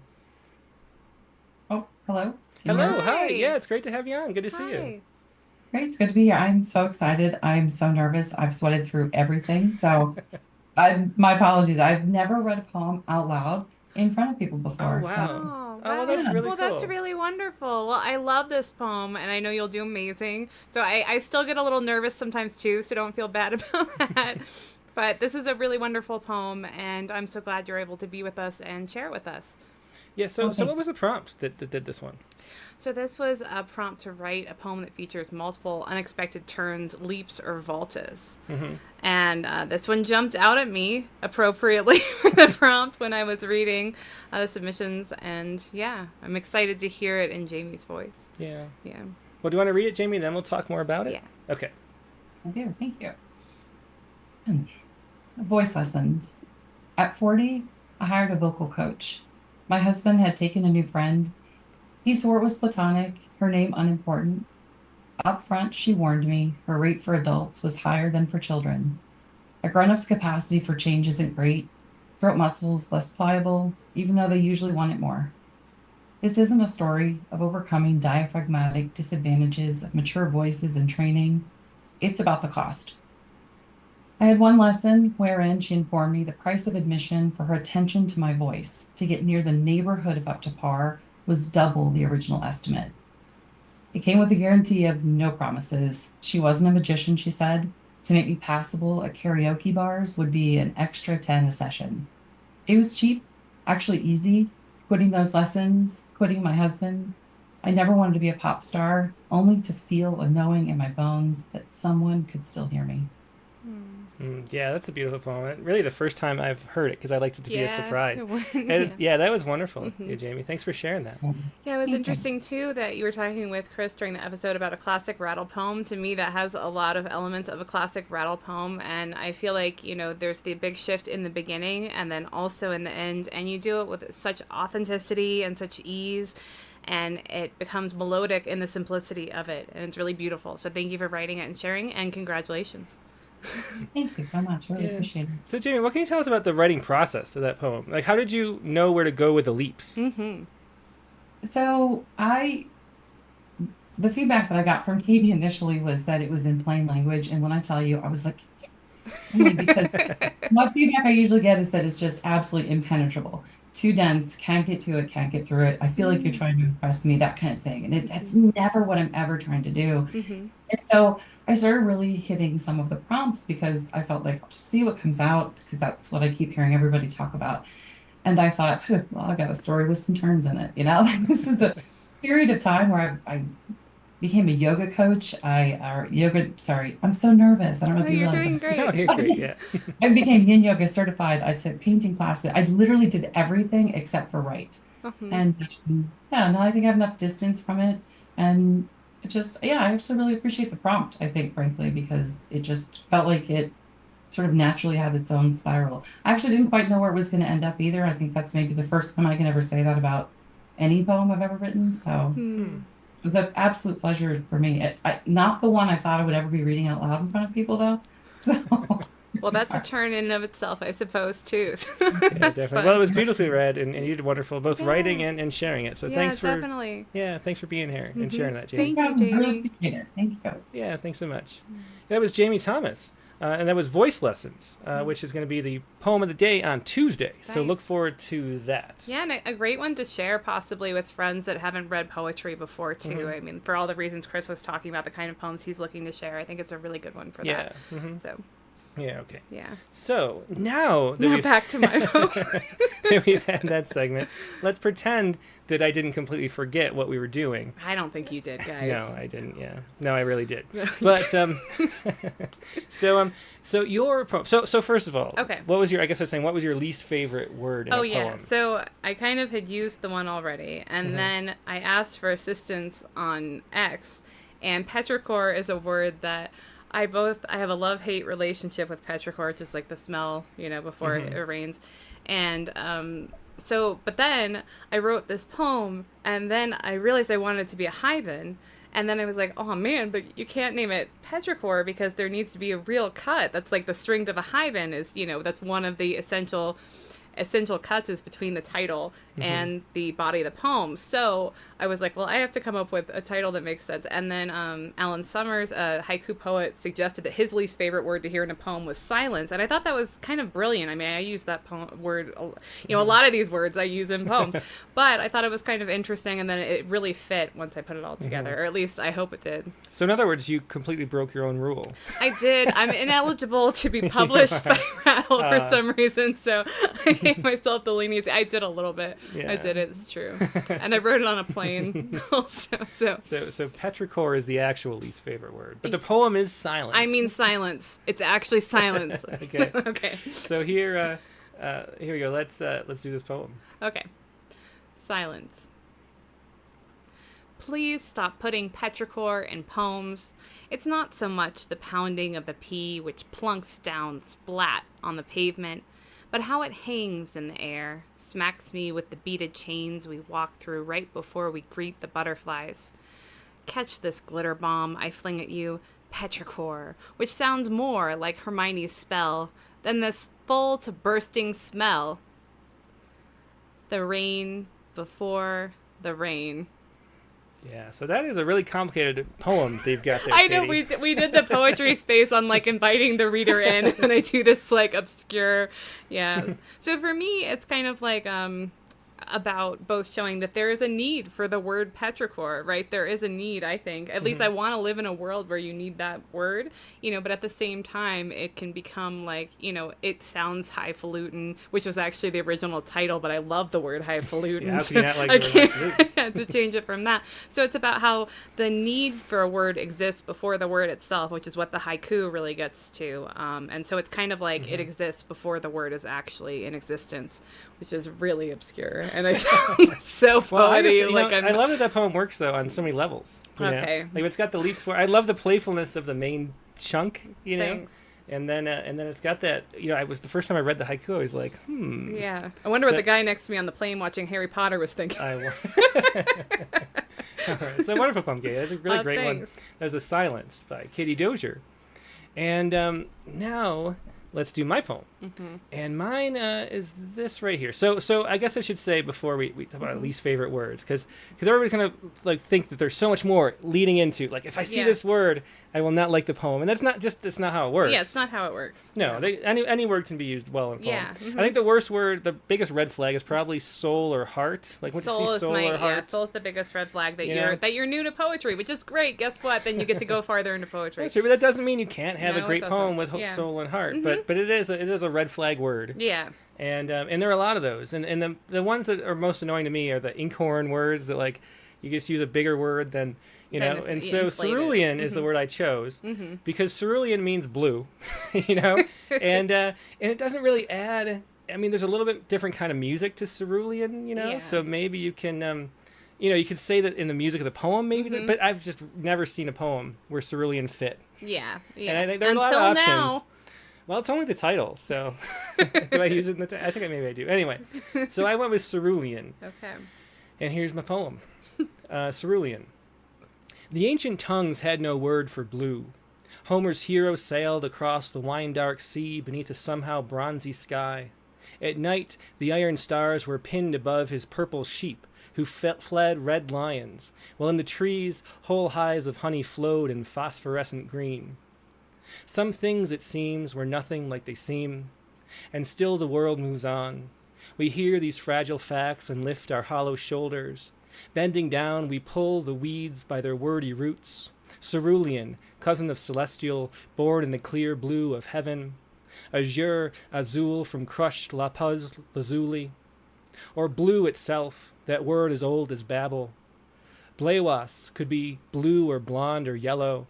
Your eyes, your hair, the fields in which we'd fuck, laying down our every blue in that bowl of blue we hadn't named, bright as the flame we carried, shining blewas through the wine-dark human night.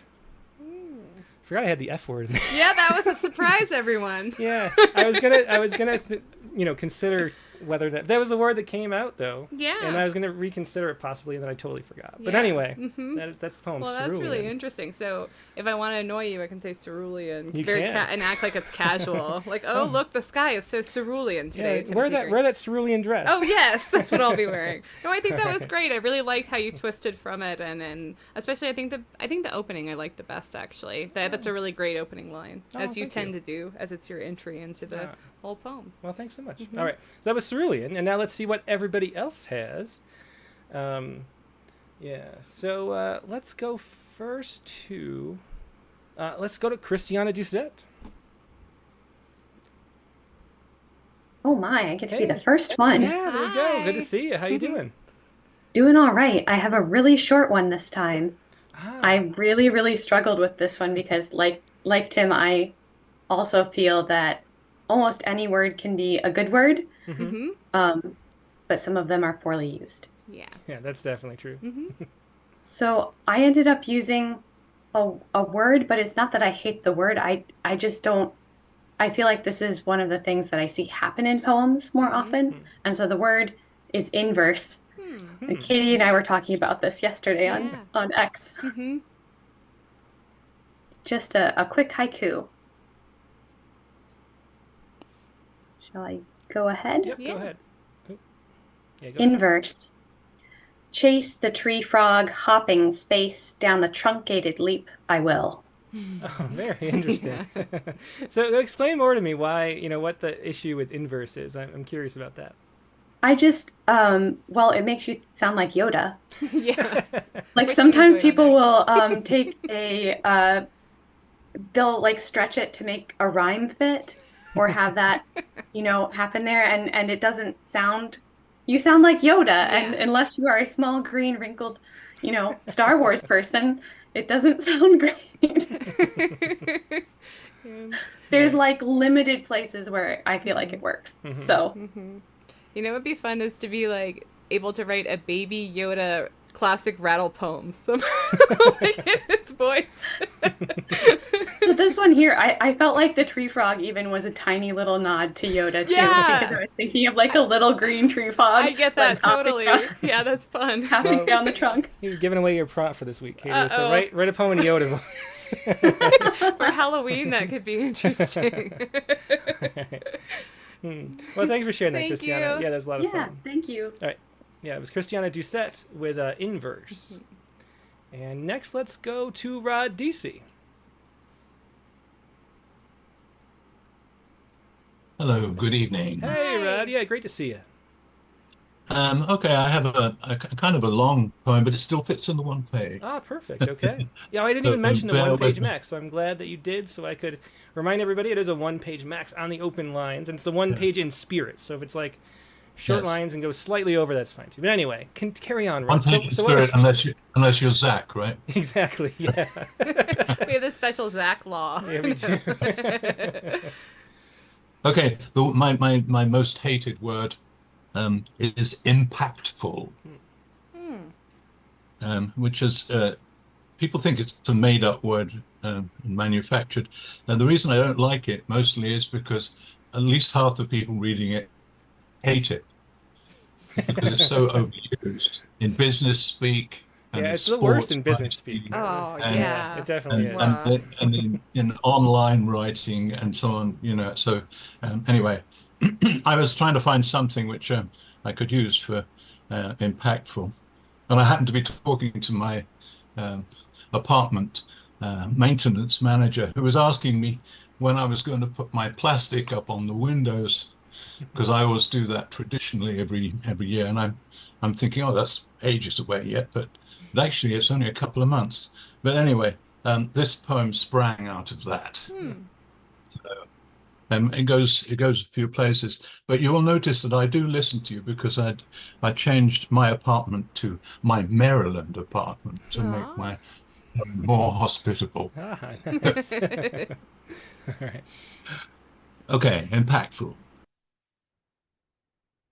It takes an entire weekend stretching up a stepladder, but I finished covering my Maryland apartment windows with translucent polythene sheeting, stuck in place by 3 whole rolls of extra whole duct tape.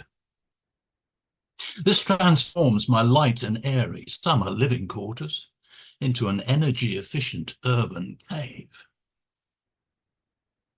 Genes from my cave-dwelling ancestors send waves of approval to me, which ease my aching muscles as I sit on my ergonomic log in front of the electric heater.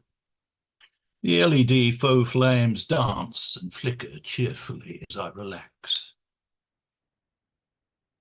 Much as they like the retro cave, the ancestors can't wrap their heads around wind power having anything to do with heating. They remember winter winds as unpleasantly cold, to be avoided, especially when hunkering down in a drafty cave, trying to sleep under foul-smelling animal skins. Solar power, the ancestors find more understandable. You magically steal sunlight and sun heat and hide them in a large rock. Then you magically call up light or heat whenever you want. Obviously, you have to know the specific magic first, but that's just like finding out how to do anything. Put in the time and learn a little every day. After all, they remind me, they learned how to handle that magical rascal fire. It took many painful and blistered attempts when finding him in the wilderness, but eventually they made him forget his stormy lightning birth, then convinced him to live in a clay pot and eat twigs until needed for cave warming. That was back when Keeper of the Flame first became a real job. Inevitably, a strange and unexpected thing happened. Like when a spring of brackish water drooling out of a rock on a mountain in Peru found it had become the mighty Amazon. An ancestor built a fire pit in a newly acquired cave and lined it with a bunch of shiny black rocks that were piled at the back of the property. When fire was transferred from pot to pit, ay caramba, he started gnawing on the black rocks themselves. They burned long and hot, much hotter than wood, and right there, that was the beginning of our climate problem. Improbably an impactful event. Yeah, that was a great poem, Ryder. I always enjoy your voice so much, Yeah, and reading it, the yeah. humor that comes through. Yeah. yeah, that voice, just wonderful. Thanks for sharing that. Thanks a lot. Thanks. Yeah, that was impactful once again by Rod DC. And next, let's go to Dick Westheimer. Hey, Tim. Hey, Katie. Hey, Dick. Great to see you. Good to see you. I'll make short work of this. I mean, there's so many poems, so many words that could be my least favorite. So you'll have to excuse me, Katie. Many least favorites out of a pile. And I've heard about this something called semantic bleaching, where you take words that had tremendous meaning and they become sort of like transformed into something that's almost meaningless. I want to write a poem with that title. That's fascinating. Wow. Well, there are whole lists of them, but I think the one that I think of most, or did for this poem, is awesome. Which you think about its roots are awe, which is just this amazing experience, but you can't say awesome in a poem, only I did many times.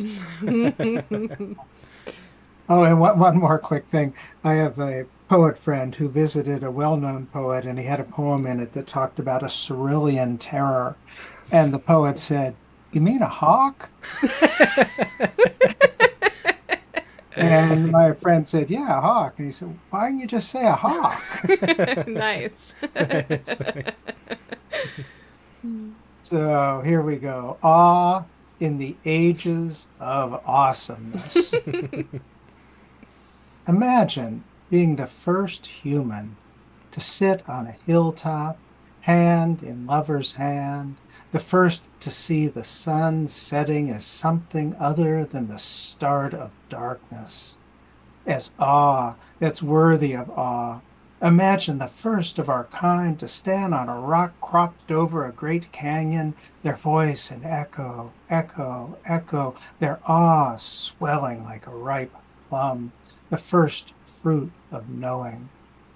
Imagine being the first on this day in this place to note this one leaf detaching from that one tree, getting caught by a spider's web and twirling in the breeze like a drop spindle spinning wool.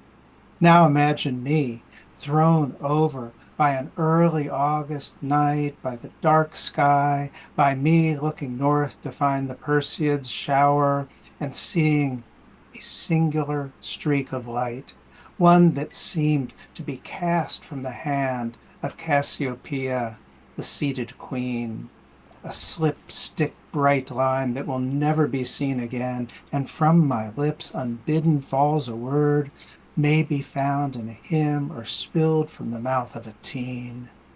Awesome, I praise, like an oath, like a sigh, like a prayer for those who pray. Oh, that was a great poem, Dick. Yeah. Really love that. On the Age of Awesomeness. I say awesome a lot. It's like my most American trait. Well, You also say "ah" a lot. Well, that one I'll excuse. But the challenge was, could I use the poem and have it feel like you said, Tim, that it's a word you'd normally say, "uh-oh." Yeah. And then it worked. Yeah. Well, good job. And that sense of awe, it is something that I wish we had a better word for it. It's true. I wish it wasn't stolen. Well, we had a better word for it. It was awe. That's true. And it did occur to me that maybe the first human thing, the first thing that marked being a human was awe. Yeah, that's a great thought. See, I'm saying awe in response to that, not intentionally. That's more like an ah. I have a lot of different A sounds, I guess. Yeah, oops, sorry. Right. Well, awe, thanks for the prompt. Thanks for writing it. Yeah, thanks so much, Dick. Yeah, that was Dick Westheimer with the On the Age of Awesomeness. Okay, let's go next to Sean the Poetry Box. That would be it's first time. I think it's first time on, Sean, right? Yeah, that's my first time. Hi. Yeah, and I been sort watching of the know. videos. Okay, First time yeah, live. Son. There we go. Evaningo Sanders. Evaningo Sanders. Yeah, I was trying. I might want to yeah. make sure I got that in the right order. I'm sorry. So thanks so much for joining. Where are you calling from? I'm in Beaverton, Oregon. Yeah, Nice. yeah, Outside that's of great. Portland. Yeah, and tell us what the poetry box is, since you mentioned that. Oh, it's a little press publishing company that my husband and I run. Oh, great. Yeah, well, that's awesome. So what do you have to share? That's why it says it on my Zoom, because we usually do Zoom shows every month, and so I forgot to change it for this. So sorry about that. Well, no problem. Definitely love the plug for that because it's a wonderful thing, the Poetry Box. So what do you have for us this week? What was your least favorite word? Well, my word. So years ago, I read this article about Billy Collins, and he had this quote in there about not liking this particular word. And ever since I read that, this word would just like screech out at me every time I saw it in a poem. Plus, it's something that I kind of cringe anyway. So my word, the title of my poem is Cicada. And I have an epigraph here at the beginning. The word cicada, for example, stops me in my tracks. Sorry, I simply cannot continue. Billy Collins. I completely agree with you, Billy. Can I call you Billy? This insect injection has got to stop. And before I end stop that last sentence, a poet has already begun to type the word C-I-C, trying to add just a tad of summertime charm, sipping sweet tea on a lanai, listening to the music of the cicada song, whose repertoire is as varied as time signatures on Brubeck's Time Out. There's the swell and ebb of Cassini's buzz, the rhythmic Pac-Man-esque sound of septendecula, or the late summer electrical hum of the Dog Day cicada. But none so evocative is the Midwestern scissor grinder, with its ee-oo-ee-oo-ee-oo-ee, a twilight song that just might lull you into believing this could actually be a good poem. Whether the annual garden variety or the brooding periodical males of prime time who have been tuning their timbals for years, I can't say I care for any of them one bit. Not when the boys tossed them into my pigtails, not when they swarmed my car, nor when I was almost too petrified to fly home this summer to visit my own brood during cicada apocalypse. No, I do not want to see them in a poem nor in a tree. There's no place I ever want to see a cicada at all, especially one that might fall into Aunt Sally's potato salad at our ill-timed family picnic. Try Katydid or Cricket Song, both easier to pronounce. Oh, that was wonderful. That Yeah, was so much so fun. fun. Yeah, I have to confess too, Sean, when I came up with this prompt, I was actually hoping somebody would do cicada because I love that. I must have read the same article as you because I knew that he hates that word, and I'm with you too. Whenever I see the word, I'm like, whoa. I know, it's funny, isn't that? Yeah, I love Thank how you for the started prompt. that. Aw. Thank you so much for this prompt. It was fun. Yeah, so fun. And the great hyphen too. I didn't so expect fun. I didn't that. know it was going to be a Me neither. hyphen. Yeah, so fun. Well, I hope you come back really soon. Yeah. I really enjoyed this. Thank you. Yeah, thanks so much. Yeah, that was Sean Aveningo Sanders with a cicada. Like Or cicada. I say cicada, but like literally I see a cicada and I think of Billy Collins. Well, I've only seen the one. Didn't we see one randomly on the yeah, but my entire life, the only one. They're big. I didn't realize that was a big moment for us. It I didn't was. realize. Yeah. All right. Yeah, I mean, from California and New York, they don't have that's true. they don't have cicadas or cicadas, either one. Yeah. Yeah. All right. So, yeah, wonderful poem. Sean Aveningo Sanders with Cicada. And do check out thepoetrybox.com, too. Yeah. All right, let's go next to Hamid Malik. Hi. Hi. Hey, Hamid, great to see you. You too. You too. Thank you. There we go. There Yeah, you go. great to see you. Okay, there you are. It took a while to pop up. Now we got you. There she is. Yeah. Okay. So, what do you have to share? What was your least favorite word? Well, they're words I used all the time until I realised that in my writing on the nose. I realised that from all the critiques. Yeah, well, rules are made to be broken. That's an important aspect of the show today. Oh, can you hear me? Yep. Mm-hmm. Your connection's pretty. You might want to turn off the video actually to make sure we have audio. It's like a low bandwidth connection today. Yeah. Uh-oh, she might have dropped completely. Are you there, Hamid? Okay, so we'll come back. We'll come back. We'll come back. Yeah. Yeah. So okay, we'll come back. Let's go next instead to, we have a first-time caller here, Alex Nova. Always love first-time callers. Alex had great comments in the chat. Yeah, I noticed that. Yeah. Great to see you. Hi. Thank you so much for letting me read. And I've been following the show for a minute, so I really loved what you guys have been doing. So really honored to share a poem. Yeah, thanks so much. And where are you calling from, too? I'm in Chicago, Illinois right now. Nice, yeah. Yeah. So my word is deserve. And each time I hear it, it would make me cringe a bit. And side story, it's really interesting to me how much of what was discussed this evening ties back to the reasons that I learned through the writing of the poem of what have made me, have this relationship with the word deserve. So that's one thing. The other thing is fun fact, I had no clue that Chris Anderson was a deacon, or that the conversation would have so many religious elements. Oh, wow. So it's completely accidental that I'm using a lot of religious imagery. Wow. But ultimately, I think the poem might explain, I guess, why I feel the way I feel about the word. Great. Yeah, great. Wow. So here it goes. When I first rolled off the tongue of Middle England, it was a priest who spoke me into existence. I was to crown the deserving ones for their devoted service, bestowing honor, a repayment in kind for godly work. To the sinner whose misdeeds mistook the devil's calling for God's splendor, to him I reckoned judgment, hung over him a shadow, hunted him relentlessly until the debt to heaven was repaid. Oh, what centuries do to a voice with hopes of grandeur. I, wielding my hammer of justice, thundering louder, roared unconfined from the cloister of religion. I swung in the hearts of women in every marketplace, in every home. I chiseled every bolt of their righteousness. Deserving of my own might, I invoked like a prayer, a right I measured worth, was uplifted on the throne of human desire. I called tribute for every dream, every teardrop shed in the pursuit of greatness, I rewarded with glory. How I wonder about the wisdom of time, her true majesty, 7 centuries from my great design, mirrored in the reflection of a clown, how she made me the world's court jester, juggling, I tend to everyone's petty entitlements. Oh, how they always cried the wronged, the deserving, how we all deserted the balance of greater scales.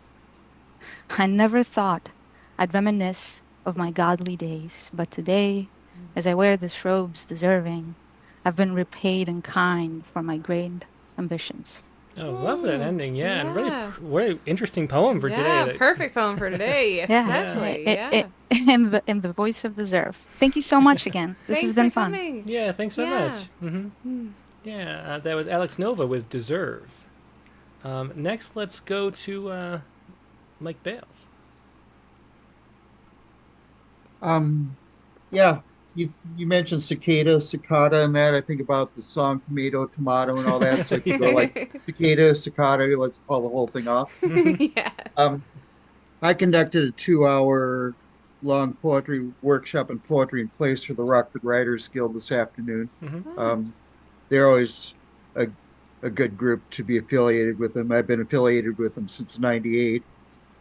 I always mention to people that with the featured poets and all that, that rattles kind of my poetry, education. So, a friend I liked, I kind of want sometimes maybe a more authentic voice. I used to like the word abyss from him, but a long time ago, it was like in every poem. And I was about ready to say to him, grab a thesaurus. I've got to talk to him some stuff. There are some real life things that he could talk, some real concrete things he could talk about. His language is good, but I sometimes feel, I don't know how much he'd like me to say, or how, if this is frustrating for him, I'd sometimes like to hear his voice a little bit more than him trying to be one of the great romantic poets. So this poem's called Abyss. The words shadow the lines of my friend's poem, just as it found its way into others he shared. He said he was the last romantic poet, and I politely nodded. His voice quivered as he read, line after line, as if the poem was real. I said to myself, not again. He said that poets needed to suffer, like the friend who embraced her delusions, and they spoke on the phone every day. He said that when he read Baudelaire to his girlfriend, he almost got laid, yet they liked arguing about politics in the middle of dates. When he argued with me, I said I just wanted to enjoy the nightlights. He lamented the death of Sylvia as if in love. I said that she liked to keep a clean house, but now she's dead. When I read him a poem about blossoms and trees and sunlight, he said I wasn't confessional. The night he shaved his wrist, he trembled. I drove him to the emergency room, bearing the weight of his life. Wow, what a turn in that poem, right? Yeah. Wow. That was Abyss by Mike Bales, and that was not where I thought it was going with it. Really great poem. Wow. Yeah. Thanks. Yeah, thanks so much for sharing that, Mike. Yeah, that was Abyss by Mike Bales. And Hemet Malik is back. So let's go back to Hemet. Yeah. Sorry. I don't know. No problem. And it says that, before it said the connection was weak in the little bars, and now it says it's fine. So I think you're fine to leave the camera on. I don't know. Sometimes there's like one server is like bad that you connect to, and then you connect to a different one. So I think you're good. I usually tether it to my phone because I find the home network is not great where I am in the house. But I don't know what happened. So okay, going back to this poem. So you were saying which word or words that you chose? Yeah, blood, heart, and soul. I would put in so many poems.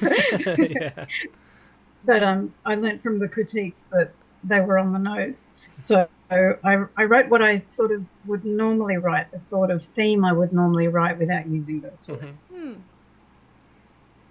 My vanishing me with toes in the sand.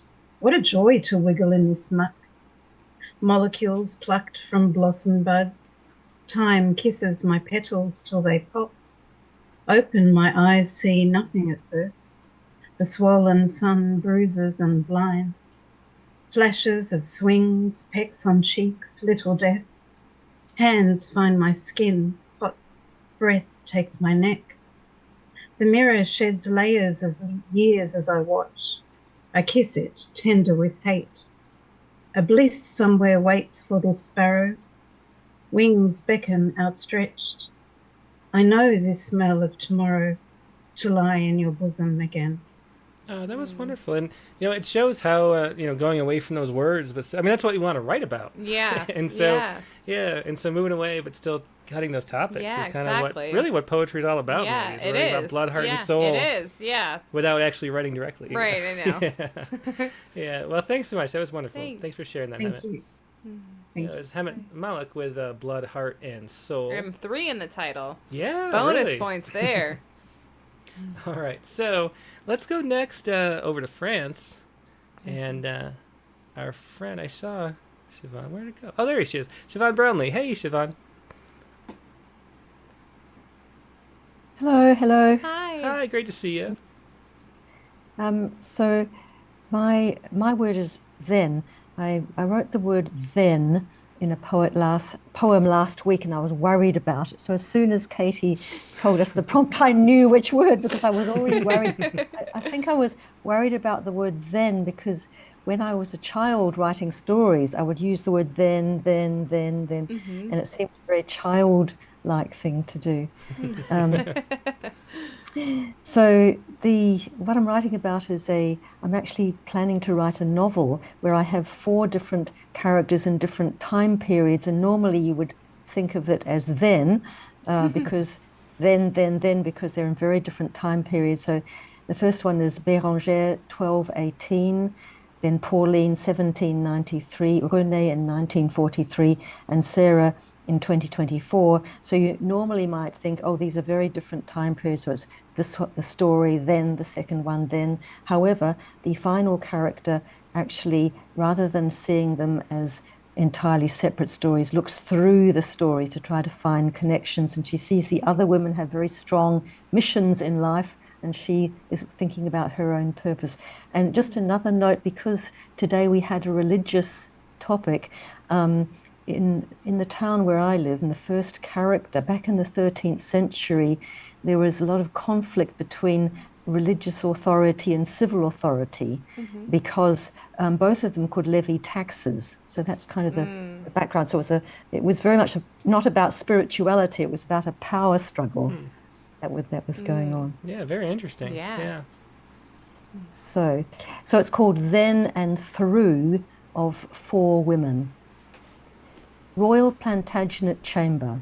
How will Béranger negotiate with the begrudged cathedral dean to lift the interdiction over the town?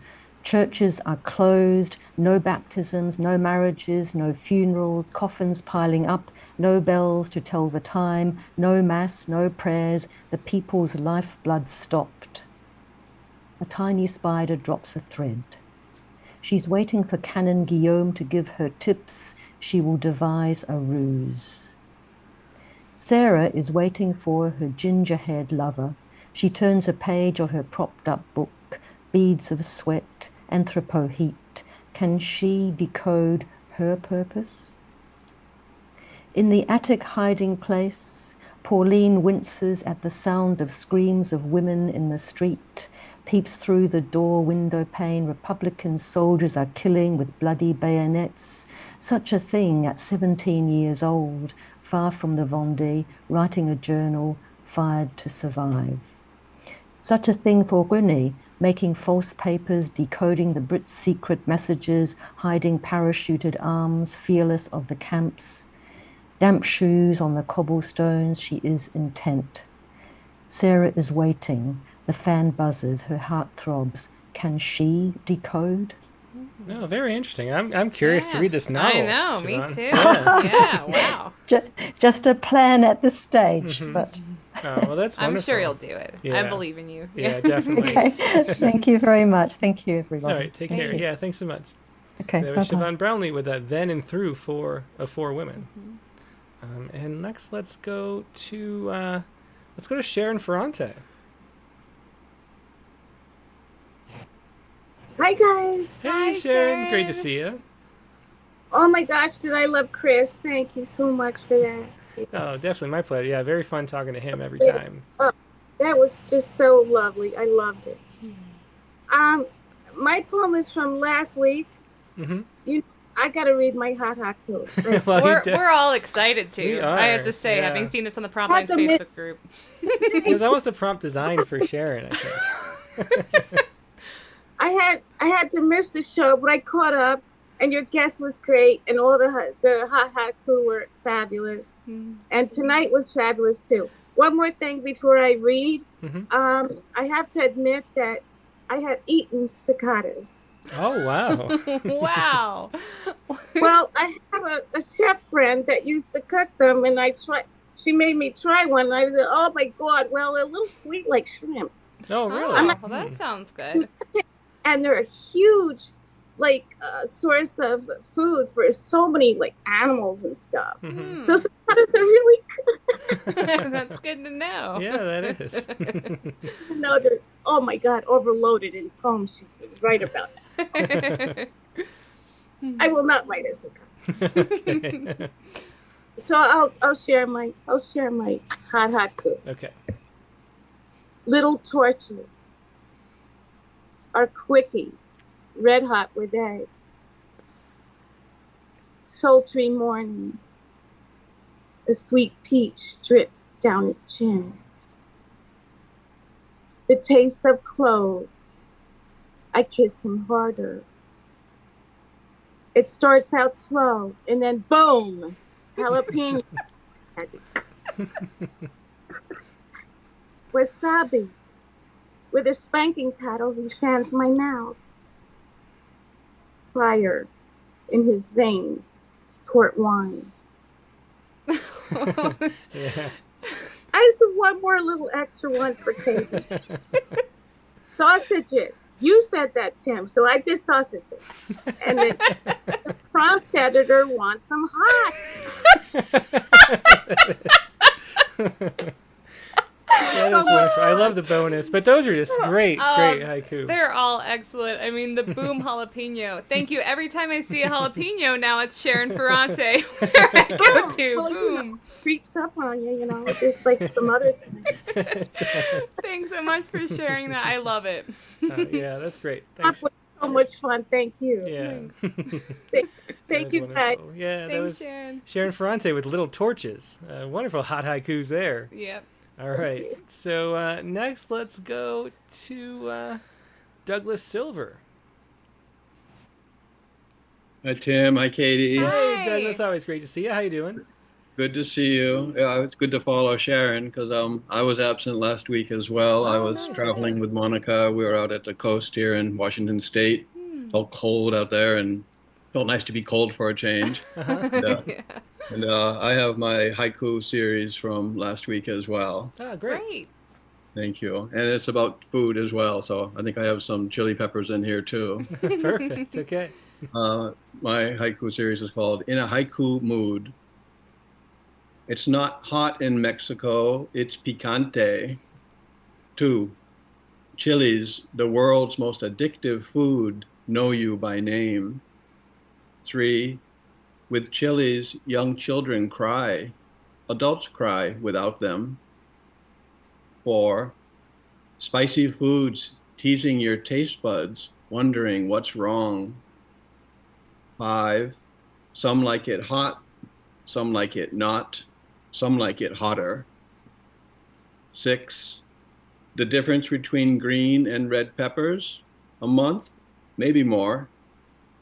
And the last one, the Scoville scale, measuring the temperature of your tongue on fire. Great. Thanks Love that very last much. one especially, Doug. Thanks so much. I knew you would, Tim. Yeah, it's a science one. Yeah, the Scoville scale is actually really fascinating to learn about. I kind of would like to learn more. I'm gonna have to look that up later. Because how do they determine that? I'm curious. But anyway, things it was for a lot of different fun to write those. Thank you. I appreciate the prompt. Yeah, thanks so much, Doug.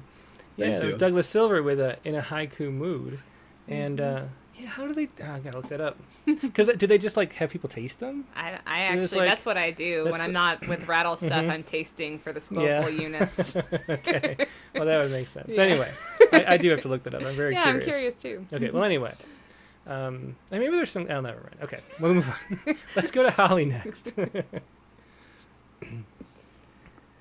Hey. Hi, Holly. Yeah, great to see you. Can you hear me? Yep. So my poem kind of speaks for itself. So if you want, I can just start right in.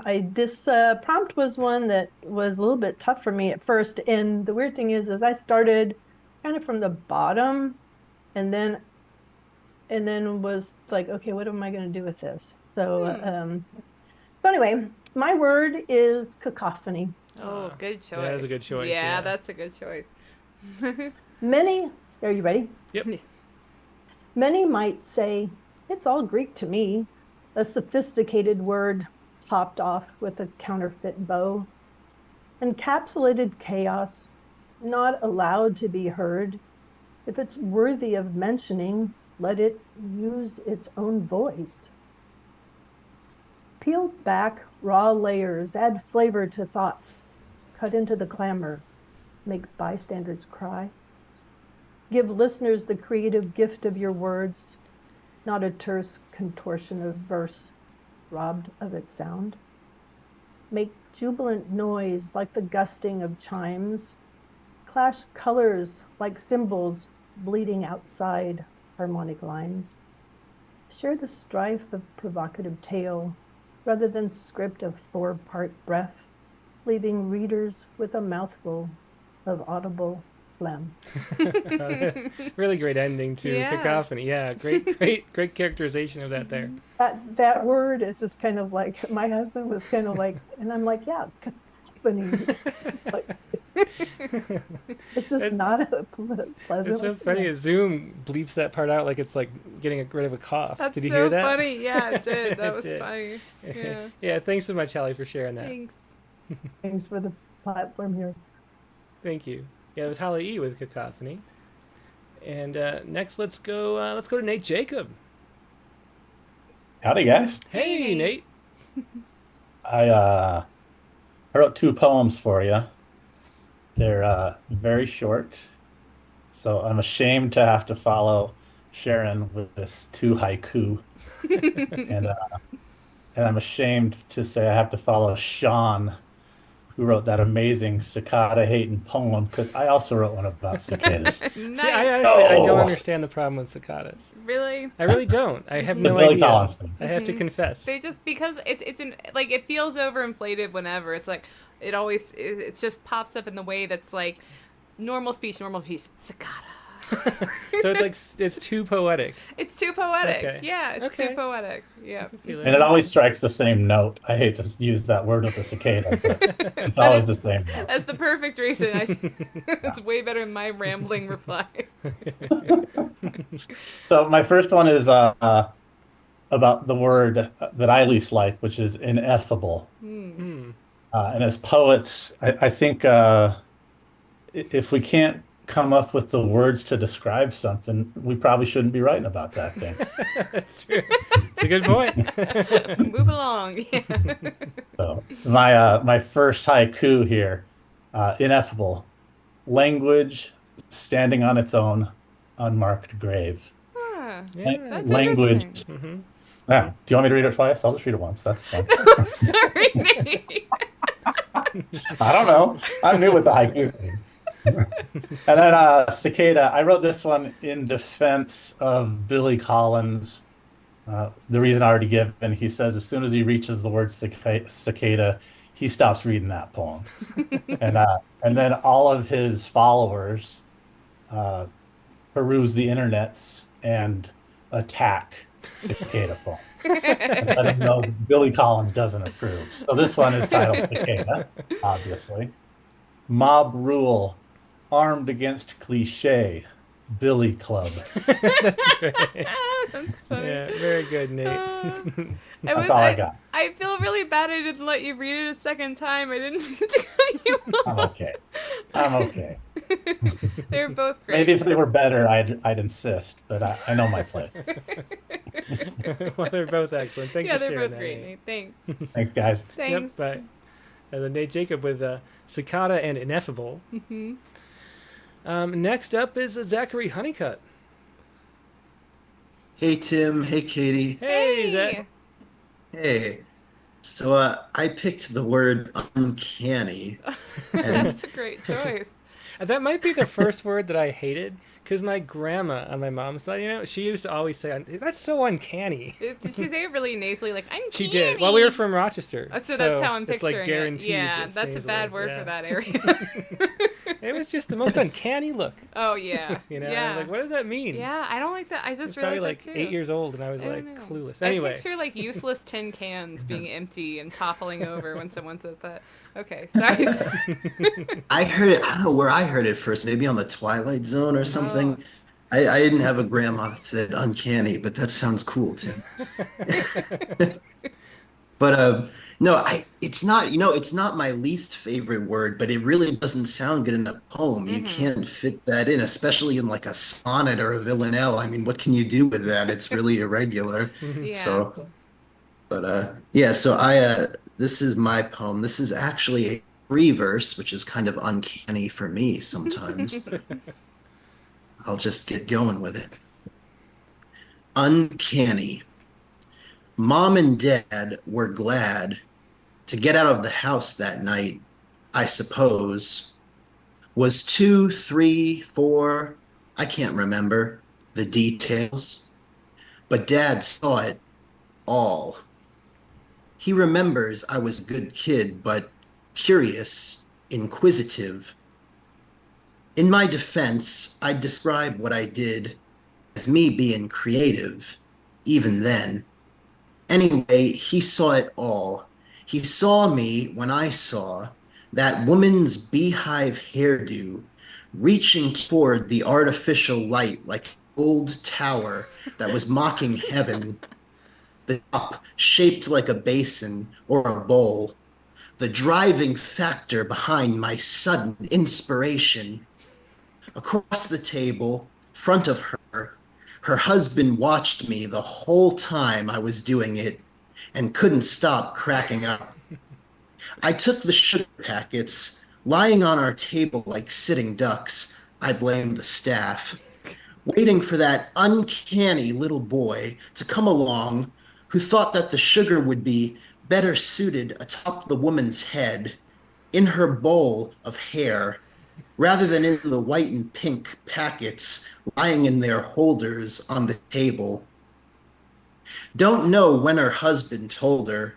Perhaps when she went home and left the restaurant, she'd discover the small mountain of cane resting on her dew and take it as a sign from above.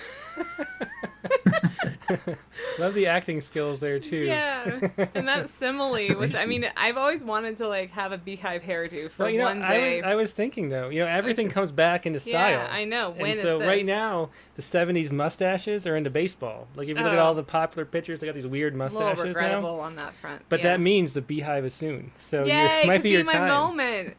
I'm Good. excited. I was like 3 or 4, so that would have been the late 90s. I don't know, were beehives in? They They were then. not in. That was a 70s thing. I thought it was the 60s. 60s? Yeah, wow. I don't know. Well, we need to come back. Yeah, it wasn't the 90s. I'm very confident on that point. Anyway, they were very fun. Yeah, that was great. Yeah, thank you. Yeah, thank you thanks. guys. Had a lot of Honeycutt. fun. Yeah, see you guys next week. Yep, Bye. thanks. See you, Zach. bye. Yeah, Zachary Honeycutt with Uncanny. All right. And next, let's go to Carolyn Codd.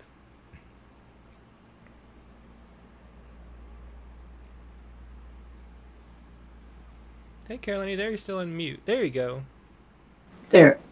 Hi, Unmuted. Yeah, mine is also hi. Mine is also from the week before, and I couldn't be here. But I saw that it was a hot haiku sequence, but I missed the sequence part. Well, and all I that's could think okay. about was the Sequence of heat, because we've been having temperatures of 100 and over. Oh, wow. And that just came to my mind. And so I wrote a single haiku All right. Well, that let's I hear called Paradox. Okay. Too hot to write, not even haiku. Give me a break. That's it. Oh, that was very fun, Carolyn. Yeah, thanks so much for sharing that. It was still too hot. I discovered about this sequence, and that was it. Too hot for that enough. sequence. Definitely. Yeah, I can relate. Yeah. Yeah, thanks so much, Carolyn. Yeah. Yeah. It's Carolyn Codd with a paradox. Okay. All right, and let's go next to Lisa Steed. Oh, did I unmute? You did. Hello, Hi. Lisa. Yeah, and I believe you're a first-time caller too, right? I am. Oh, well, so glad you could join us. Yeah, where are you calling from? Vermont. Ah, Northern Vermont. The heat wave finally broke. So Well, northern Vermont, that's where I'd like to live. I Okay, think. well, that's good for me to know. yeah, everybody's moving up here, Uh-oh. so it's getting a little crazy. Okay, well, maybe Connecticut. But you guys are more than welcome. Thank you. Well, thank you. Yeah, so I'm really nervous, like Jaymee was. Like, this is you're my doing first great. time. Oh, yeah, no need to be Yeah, I nervous never at all. would have thought you were nervous. Anytime anyone says that, it's like really shocking to me. They're feeling nervous. Really? I don't know. I guess I hide it well. I don't know. So is this week's prompt that you wrote for? Yeah. Oh, great. Yeah. So I chose the word thing Mhm. because it's just so generic and it's like a cop out, like find the word, like don't just say thing. And then I started thinking about all of the expressions that are used with thing. And then I decided to write kind of like a little story out of it. And every line has the word thing. And so it gets really repetitive, but it's, I don't know. I thought it came out kind of funny. That sounds wonderful. Great. Yeah, yeah. All right. So So here's the thing. I have this thing for you, but I can't say a thing about it because I'm not good at that sort of thing, especially if I don't think things will work out, because nothing ever really is a sure thing, is it? The funny thing is, I think it really is the right thing to do. Tell you, I mean, because all things considered, you are a sweet thing who understands a thing or two. So what exactly is this thing we have between us? Can you give me something? Anything? Because as things stand, one thing has led to another, and I don't believe anyone when they tell me there's no such thing as love at first sight, because I see things differently, and we certainly are not a thing of the past, not yet anyway. In fact, I believe you are the best thing that ever happened to me, which will be one of those things I tell you first thing in the morning. That's great. Oh, that was great. I Yeah. really enjoyed that. That's so creative, and I love it. And it kind of it reminds me of in Alicia Stallings that's like. Sestina like. Yeah, it reminds me of that, which is like that's one of my favorite poems. So that's really saying something with this. So, oh, okay. Yeah, that was such a Yeah. great idea and so creative. Yeah, there's a great music to having that same word that sort of means nothing, repeat over and over again. I never thought about how many phrases involve that word too. Wow, I'm like afraid that I say it all the time now. And there's a lot more that I didn't even include. Wow. Yeah, that's so fun. Is it Lisa Stead? Yes. Stead, okay. With the instead without the in. Gotcha. Oh, great. Okay, great. Well, thanks. Yeah, thanks so much for Thank being you here. very Hope you come much. back soon. Yeah. Yeah, this is a hard time for me, but I'll try. Okay, well, great. It's Hope you do. fun, so Yeah. thank you. All right, thanks, Lisa. Yeah, that was Lisa Stead with the Here's the Thing. And next, let's go to Chelsea McClellan. Hello. Hey, Chelsea, great to see you. Great to see you all too. I guess I'm in agreement with Holly because I also chose cacophony as my word. Nice. Let's see if you can say it in a way that makes Zoom cut it out. Yeah, like thinks it's a bad word. Apparently, it's Zoom's least favorite word too. Well, it's because Zoom cuts out cough. And so they actually think I think you're it's coughing. just Zoom doesn't like the No, word. I don't maybe. think it's because it sounds like a cough. That would be way too logical. All right. It does make me think of a cough or a sarcophagus. Oh, yeah, that's a bad connotation. Yeah, that's where I go too. So here's my cacophony. Okay. A shuffle, rustle, then the poet begins. Once upon an orchestration, prayed thy vile, mistuned, shrieking voice which played obfuscatory piccolo. What sin? If it were mine, the gracious one of us begins the workshop, I might rethink my tone, more down to earth. I wouldn't shrink from rhythm, rhyme, but clarity breeds trust. We haven't seen her since. Till deja vu rang through her words today. The sin I sang. At 3, I was a rebel, loved to sing with the choir my obfuscatory harmony from the back row pew. I learned it then. My poem had a choice, that I could simply call the racket noise. That is That's great. great. I Yeah, really really enjoyed funny that. poem. Yeah, I love that. Yeah, if anybody ever asks me why I don't like cacophony again, I'm going to say, read this poem. Yeah, that is wonderful. Obfuscatory piccolo. Obfuscatory. Yeah, really wonderful. Thanks for sharing Thanks. that, Chelsea. Thank you. Bye-bye. Bye. Yeah. See, I didn't know that there'd be such fun poems. It was a very good prompt. I knew. You know, given like all the people who are giving you a hard time on X. Yeah, I you know. You'd think there'd be like a little negativity, but it's really just no, fun. because the rattle community is not negativity. That's We are true. positivity and love. That is true. Yeah. All right. So let's go next to Brian O'Sullivan. That's kind of unfortunate for me because my poem is all about how I hate the word favorite in prompts. Oh, that's awkward. This is an awkward moment between Brian and I. Not really. You know I love all of your prompts. And the poem is kind of me figuring out why it's a good word. But yeah, I started with the premise that that's the word that scares me in prompts. And so it's called favorite. Favorite. When Mrs. Hudson asked us what our favorite colors were, I looked at my 64 count Crayola box and didn't know just how to pick between burnt umber and cerulean blue, emerald and indigo. Sushi, malteds, blue cheese, and salted caramel, each of these I like, but I still don't really know how to pick a favorite. I cannot help wondering whether this or that favorite might mock me ill-favored, and what I'd like to favor today, and what protean selves, how many Whitmanian contradictions within myself I might be sloughing off when I limit myself to one favorite or the other. So my least favorite word is favorite. I stay undeclared and ill-defined outside the lines, like my stray neon scrolls before Mrs. Hudson asked if I would let a better colorer use my premium crayons for our class posters. Pathetic, I know. Yeah, great ending. And that is, I mean, we had the whole conversation. I hate favorites too, because I don't understand them. I know, that was one of our earliest conversations. I'd be like, "What's your favorite color?" And Tim would be like, "I don't have favorites." What does that even so what does that even mean? But It's I have like, to give me admit, a I mean, the color. ones that use favorite often do turn out to be the best props, and we have so much fun with them.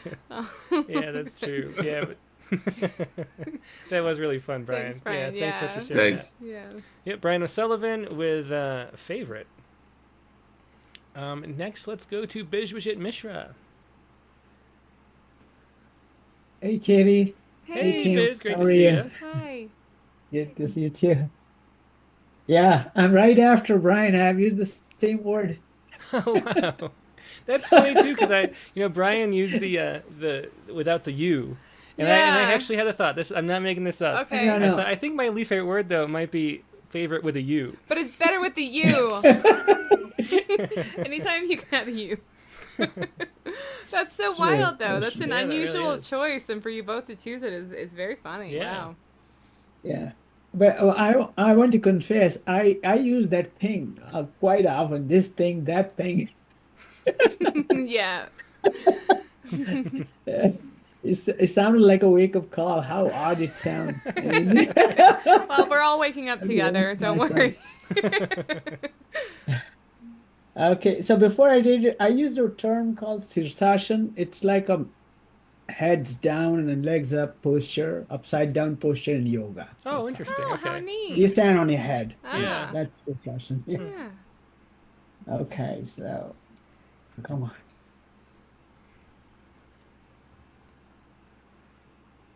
Favorite. If that's what it is, meaning my least favorite word, how do I start a poem with it?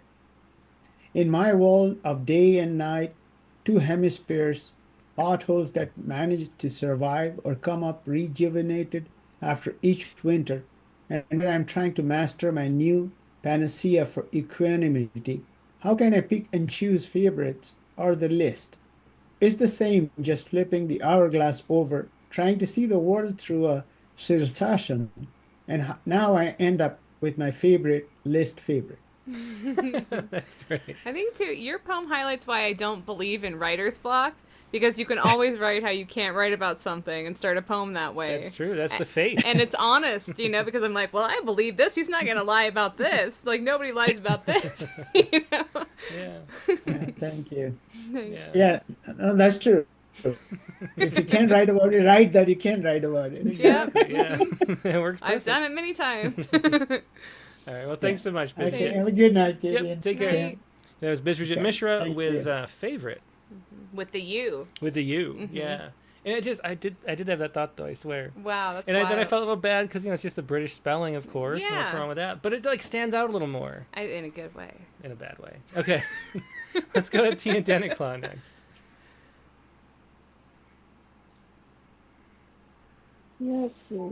Okay, so I finally figured out how to put comments on the live stream. Uh-huh. And so I have too many pages open. So I have to come here. Okay. Well, no problem. Definitely And love then keeping now the that I- comments going.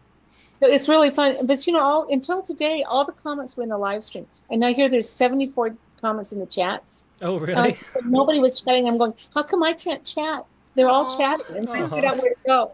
And now they all went together. So, and the thing I was working on when I got interrupted by Tim here is I was writing a note to this because I could not think of my least favorite word.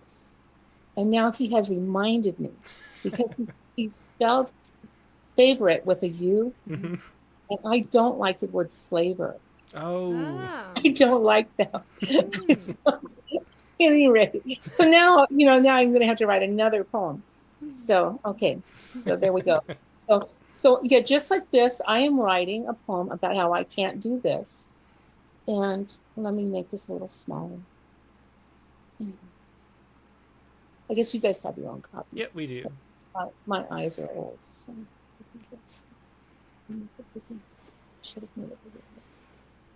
So thank you, Bess. All right. So the name of my poem is not Volta.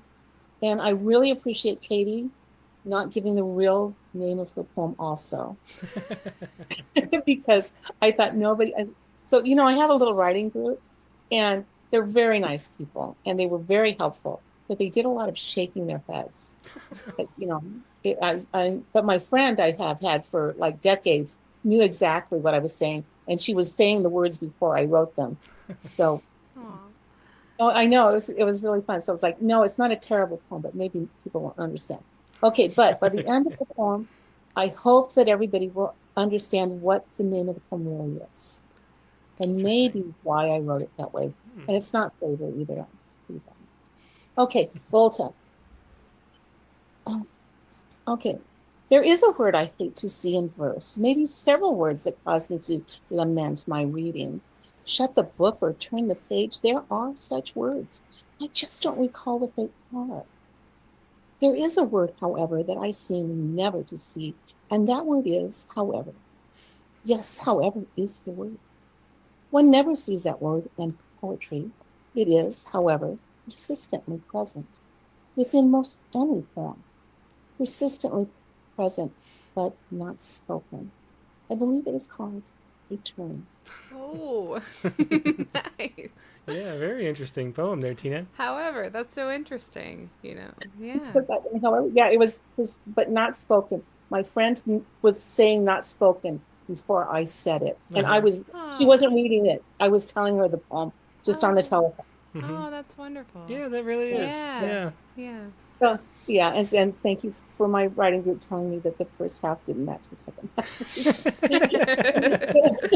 The first half, I kind of had the concepts like I can't do this and this is why, just kind of making fun of it. The second half just wrote it all by itself. Don't know where it came from. And then I had to go back and make them match. Yeah. So there we are. Well, that was great. Thanks so much for sharing that, Tina. Yeah. Cool. Thank you. Yeah, that was Tina Denetclaw with Volta. All right. Mary Lisa D. Diminishes is here. It's been a bit since we've seen Mary Lisa. Hey. Hi. How is everybody? Great. Great to see you again. It is. Yes, you guys too. I've been in my car a lot. Oh, yeah? So I'm able to listen in the car, but I'm not always able to comment. And I was able to listen to last week's on my drive up to New Hampshire. Oh, nice. And then I was able to listen to Katie's podcast on the way back from New Hampshire. Oh, I feel like we went on a trip with you. That's so fun. through the mountains of Vermont and everything. So I was on a writing getaway. So yeah, I'm back now. And I don't really go anywhere. I'm just quiet on the sidelines, I guess. Well, okay. I'm sure you are. I'm definitely I'm felt your always spirit. Yeah, I'm always with you in spirit. Yes. So this was a great prompt, and I got a little confused. I thought I had to find an author who had the word that I didn't like in their title. So the poem that I bounced off of was Kim Adonisio's poem "Fuck." So it's not in my title, but I was thinking about like the context of word and how language changes depending on what words are surrounding a word. Great. What context words are used in. So I'll just quiet and read this now. Okay. But I'm glad to be back. It's such a great community. Oh, It really thanks. Yeah. Okay. There are bags of dirt in the suburbs. There are stacked bags of various allotments of top and garden soils on the sidewalk in front of the discount outlet center, in a strip mall as long and as wide as any casino in the city. I can't see over the bags, but I can hear a man who must be slumped on the other side of the dirt against the concrete wall. He's yelling the F word a lot, I notice, while I look for painted clay pots and try to determine how many cubic yards of dirt I'll need to plant my tray of impatience. Maybe because he yells the same few phrases over and over. Fuck you, they have your name. They have all of the names. No, no, fuck you. I'm unappalled. He sounds more urgent than angry. And after a few more minutes, when I do begin to flinch, it's not because I'm bothered, but because the man I can't see can't stop. His throat must be raw, his jaw muscles aching, his head a cluster bomb gone off, leaving a neuron knot where the same strangle of thoughts circle and can't find escape. There's no violence here, I think.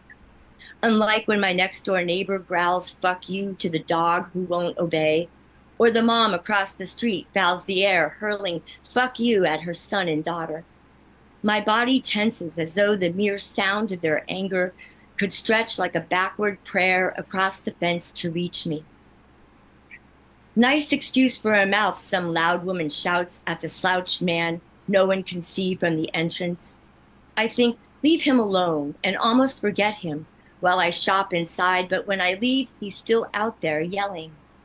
I mean to pull my car around to get a better look at his disposition through my window because he obviously doesn't want to be seen, but it's so hot and I've got so much to load into the trunk that again I forget about the man until I drive off. And I'm listening to a song. And I'm mad at myself for forgetting and annoyed that I wanted to look in the first place and sad that there's not much I could do to help him. Suddenly, I see a young man on a bicycle with a pair of crutches hung on his arm, pumping up the pike on asphalt 103 degrees. I wonder how someone who needs crutches could ride a bike and then reflect. What if they're for the man who can't get up and finds silence only in sleep? I decide that's it.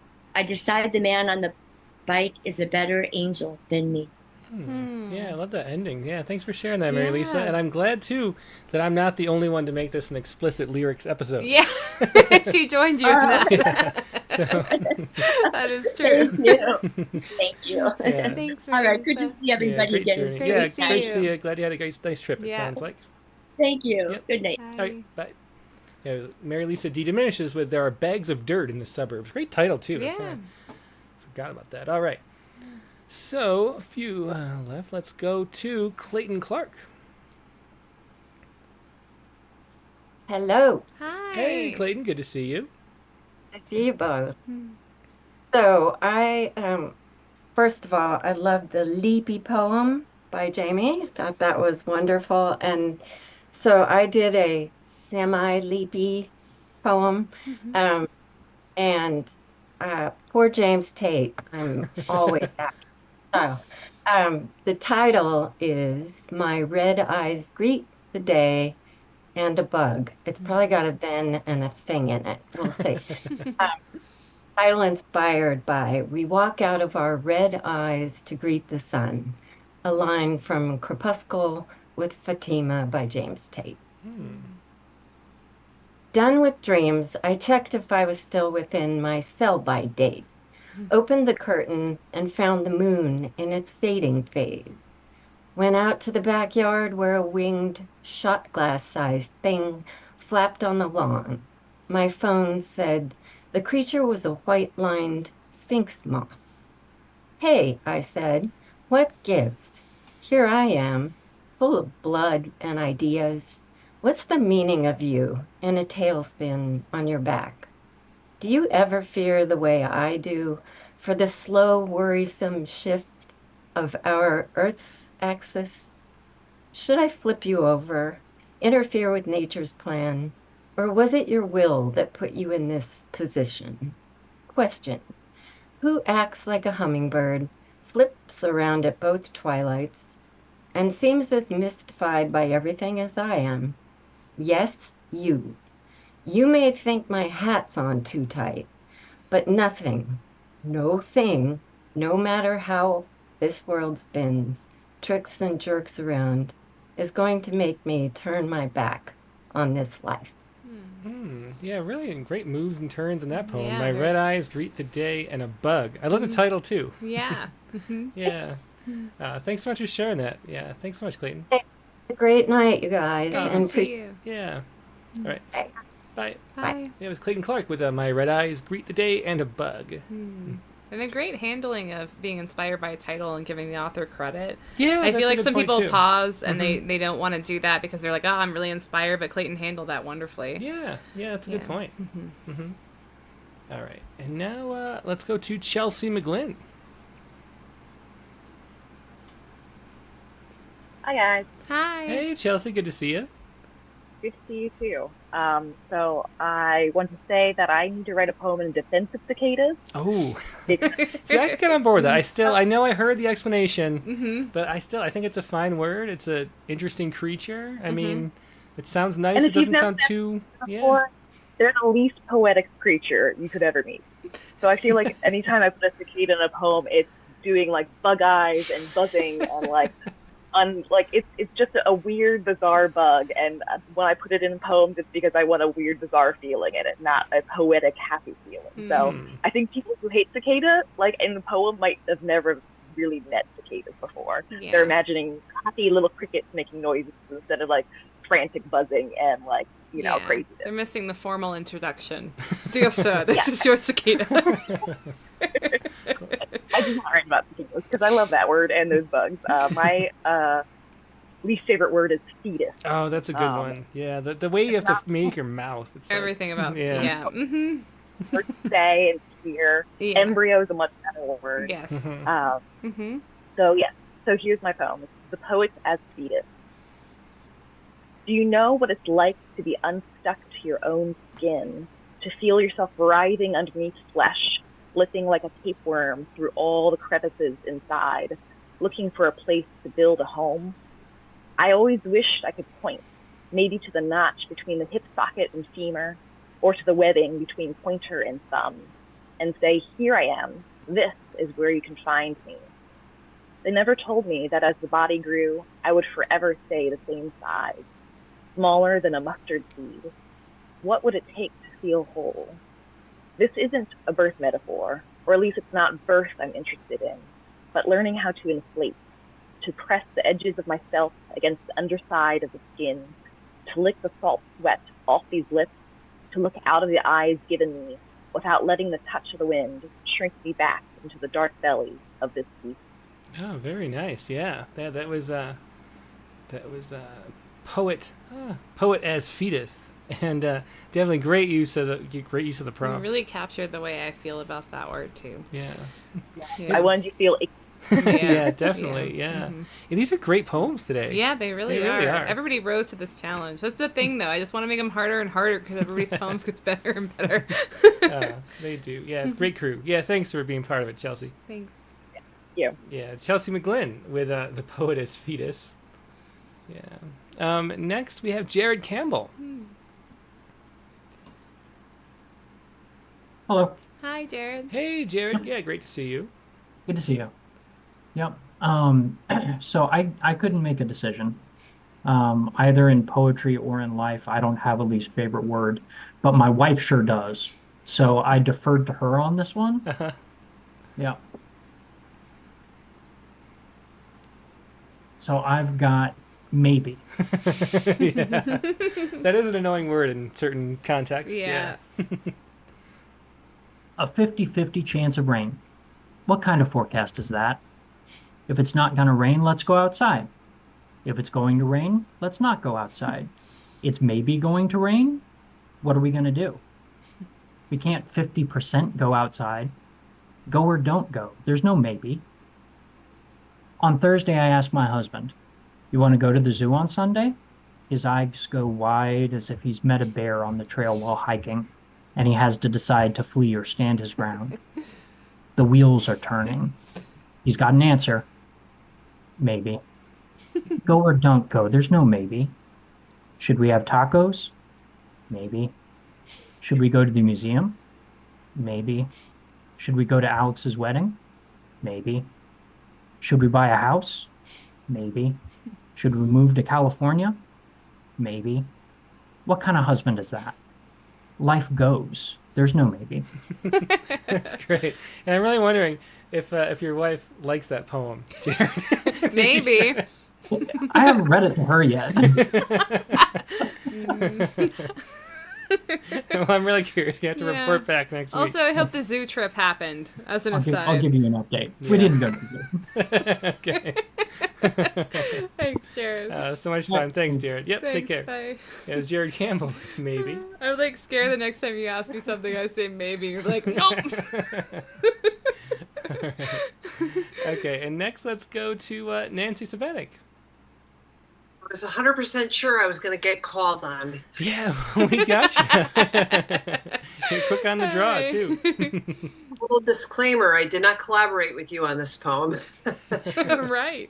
We're on the same wavelength, I guess. Oh, there we go. Yep, I see. And this word is just one of those glittering adjectives that people who are beginner poets sprinkle in their poetry. And sprinkle word. That's a good phrase. I like that. Yeah. Mm-hmm. And, you know, I used to probably do the same thing, but now it just makes me cringe. Yeah.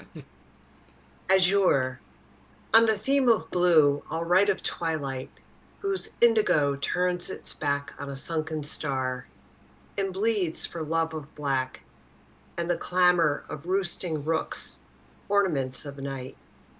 Or reveal to you lapis lazuli, ground to grace the mask of a fallen boy king, so prized when compounded into ultramarine, its renaissance worth exceeding that of gold. But when thoughts of color shift to sky, I'll not name its many shades, cobalt, cerulean, nor azure, but instead use words to describe the stage. For 1,000 starlings alight with 1,000 sighs, as they tat waves of light into lustrous lace and wrap a halo around the earth's blue face. Oh, I love the rhyme at the end of that couplet too. Azure. Yeah, I think you captured it too. That's the real reason that's an annoying word. That's true.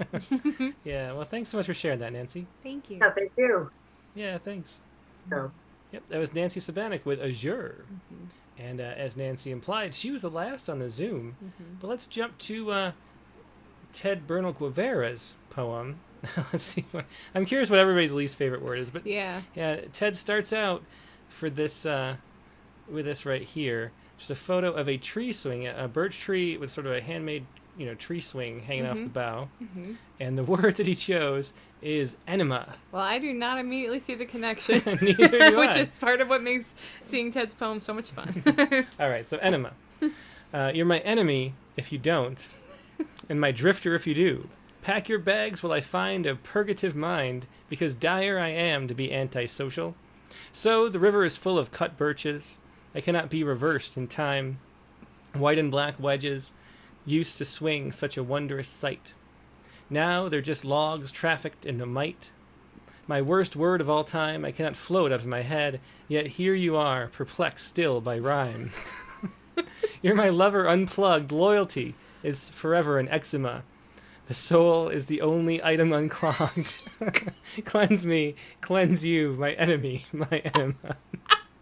All right, so I think Ted sometimes writes poems just to make me read them. I think that might have been one of the cases here. It kind of feel like a salute at the end of the poem. Also. It did. Yeah. Well, thanks so much for sharing that, Ted. It was really fun to read and interesting poem. Really funny though too. Yeah, that was fun. That was Ted Bernal Guevara with Enema. And I think I saw Colin Sandberg asking me to read. Let's see. Yeah. So yeah,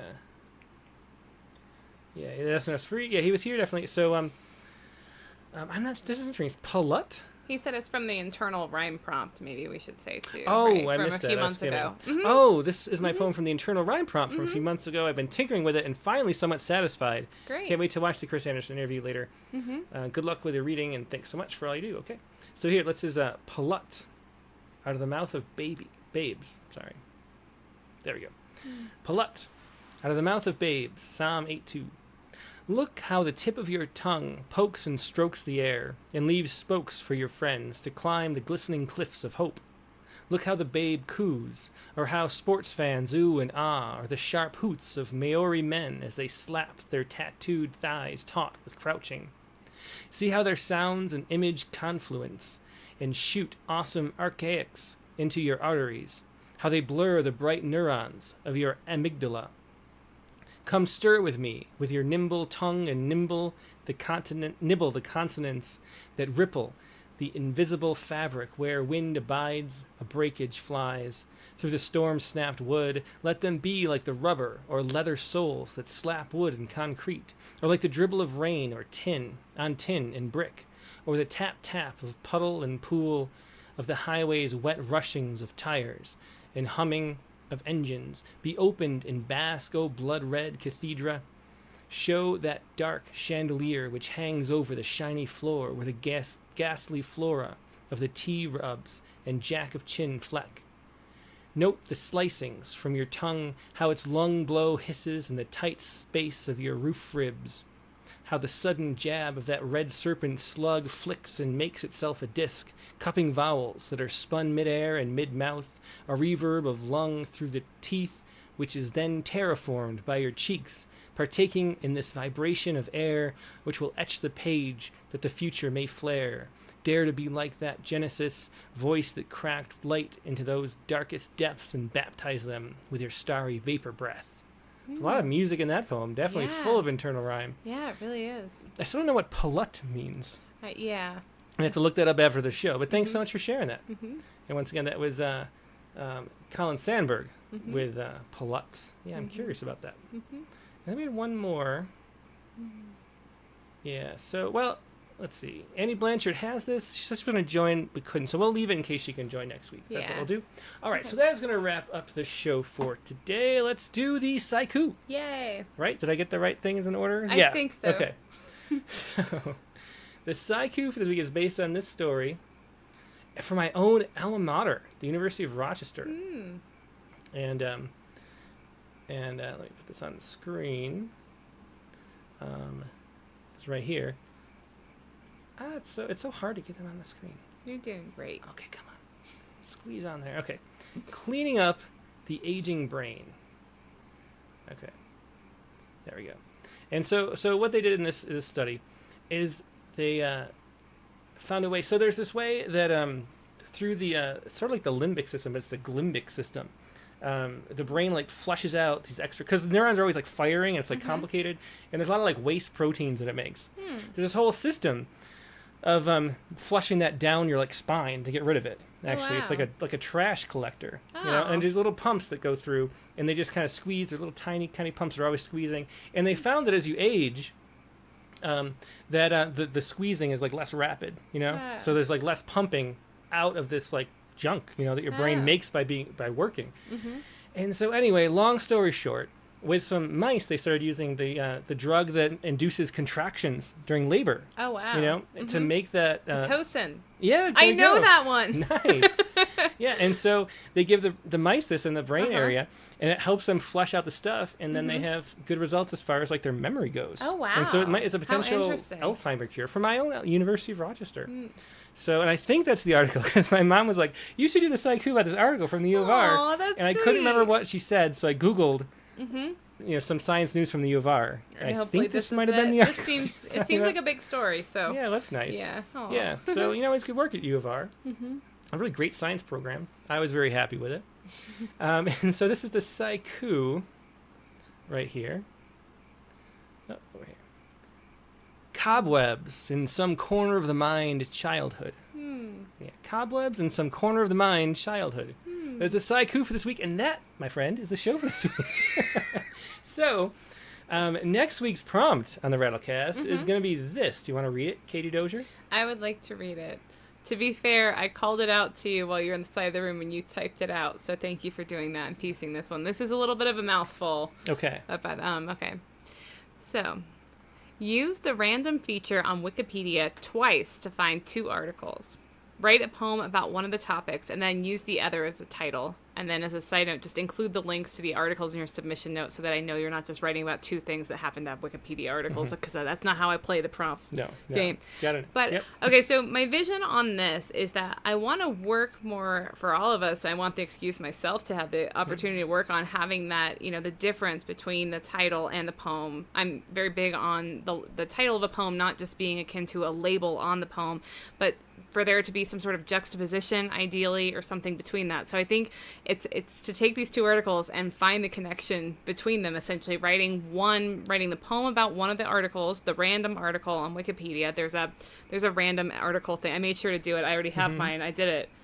So I know what I have to write about. Nice, okay. And then and you can pick which one. It gives you a little bit, like if you get a real humdinger on the first one, you have 2, so you can pick, which one you write your poem about, and then which one you title it. Yeah, it's a really intricate but interesting. It's unusual. It's gonna be fun. Yeah, I hope everybody enjoys it. I hope that the random selections work out well for everyone too.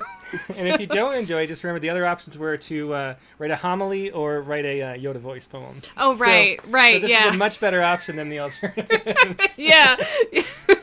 I hope everyone likes it. I think it will be a real chance to explore how we use titles and make us hopefully think about using them even more creatively beyond this prompt too. Yeah, it's a great idea. Hope everybody likes it. I like it a lot. Looking Good. forward to it. And especially, I love random I love the challenge of like using a random button of some kind. Yeah, so that'll be fun. That'll be fun. All right, so that is the prompt for the week. Use a random feature. Use the random feature on Wikipedia twice to find 2 articles. Then write a poem about one of the topics and use the other as the title. So that is the prompt for this week. Going to be a lot of fun. Looking forward to it. Yeah, and then we also should mention that the current episode of the Poetry Space that's out was super fun. Oh, that really was. One of my absolute favorite episodes. I learned a lot. With a poet that will be familiar to Rattle listeners. Yeah, definitely. It was we called it Poetic Hospitality, but it was how to care about the reader, which we talked about with Chris Anderson earlier too. Yeah. He cares about his audience, and should you is the first question, and then how to do it, how to keep them in mind as you're writing. And George Bilguer was the poet that we talked to most on that episode, and Nate Jacob was there and some others, Dick Westheimer, and so we talked to George about making poems hospitable, and it was a really great episode. Yeah, it was really wonderful, and George shared some of his poems from Cheap Motels of My Youth, which is one of my favorite chapbooks, let alone Rattle chapbooks. Yep. And I learned a lot, and I recommend it, as well as his Poetry Town newsletter, which is a way to get a poem into your inbox on top of getting the daily Rattle poem, which I know I just want poems on poems, so I'm a happy person. There you go. Yeah. Well, so find that on the look up the Poetry Space, like on iTunes or Spotify or whatever. And you'll find it.